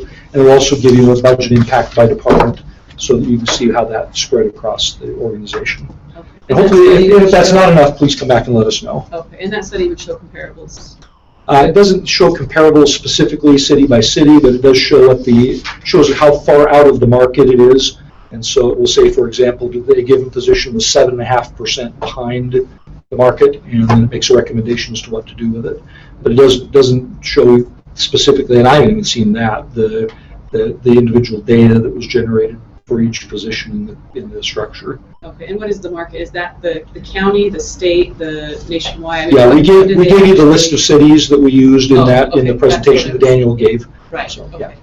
That's good. I'm sorry to go back, but I'm not sure where we are then with that bonding recommendation. So if we approve the budget, are we approving a bond No. type No. situation? No. Well, you're assuming that we would do a bond. I think We're that's assuming fair, that yeah. we would do a bond. And I think you've heard some pretty cogent arguments about either taking it out or going with the no bond option. And again, we'll prepare the schedules however you want to prepare them. So again, you have the recommendation made by the administration, and we're comfortable whatever you decide to do with that. Again, it's a policy level discussion. We appreciate your. So is there a motion that we need to make right now to allow that to happen so that we can approve a budget in 2 weeks? Is that something we need to do to have those two options available to us to approve the budget? I think if you wanted to give direction for the intervening 2 weeks, you could do that after the public hearing tonight. That would give you some more time Got to a couple hear of other public motions comment. you'll want to make then. Brian Jones also suggested that, you could leave the budget as is and just not have it go into a general fund and then later allocate it in a specific line items. I appreciate what Hal mentioned, though. I'm a little concerned that we're going to get tied up in something, bond, no bond. Well, that's why. And lose the law, lose the idea of Mr. that. Jones' suggestion was you wouldn't allocate it to anything specific. Because Wayne had mentioned, and others had mentioned, and maybe this isn't a good idea, the administration certainly know better, but one idea that's been floated is just take the anticipated revenue out of the budget and put it in after the tax has been passed. Another option, what Matt's referring to, is you could leave the anticipated revenue in the budget, but not allocate it to anything. Just show it as Revenue generic received. general fund revenue, and then you can appropriate it to the relevant places after the tax has passed and the revenue's been collected. And we would have to do that out of it. We put it in the general fund, and that has to be allocated by the council. Because it can't be appropriated into another fund. Without council action. We have put all of the dollars, I was just double checking with Dustin, in the Parks Capital Improvement Fund, and so it's all located in one place. So number one, it's easy to pull out if you want to pull it out. It would be also easy to create another separate fund, which just has no revenue in it, essentially, where you put those dollars and could respond. And I think depending on what your policy decision is, there's a wide variety of ways we can do it. I just don't, I hope that we as a council will then we'll talk about the RAP tax, but then we need to stay on top of this and make sure that we're discussing where that's going to be going and get the information. So nothing about its presence in the capital improvement fund says that you have to bond in order to. That's just where it's going. No, there's a revenue assumption that's bond proceeds, right? But again, if there's zero revenue from bond proceeds, there's no projects that we can fund. Does that make sense? So, I mean, it's a budget number, but as Councilman Miller suggested, if you don't want to predispose someone's attitude about the RAP tax based on their attitude about bonding, then there may be a tactical reason you'd want to take it out.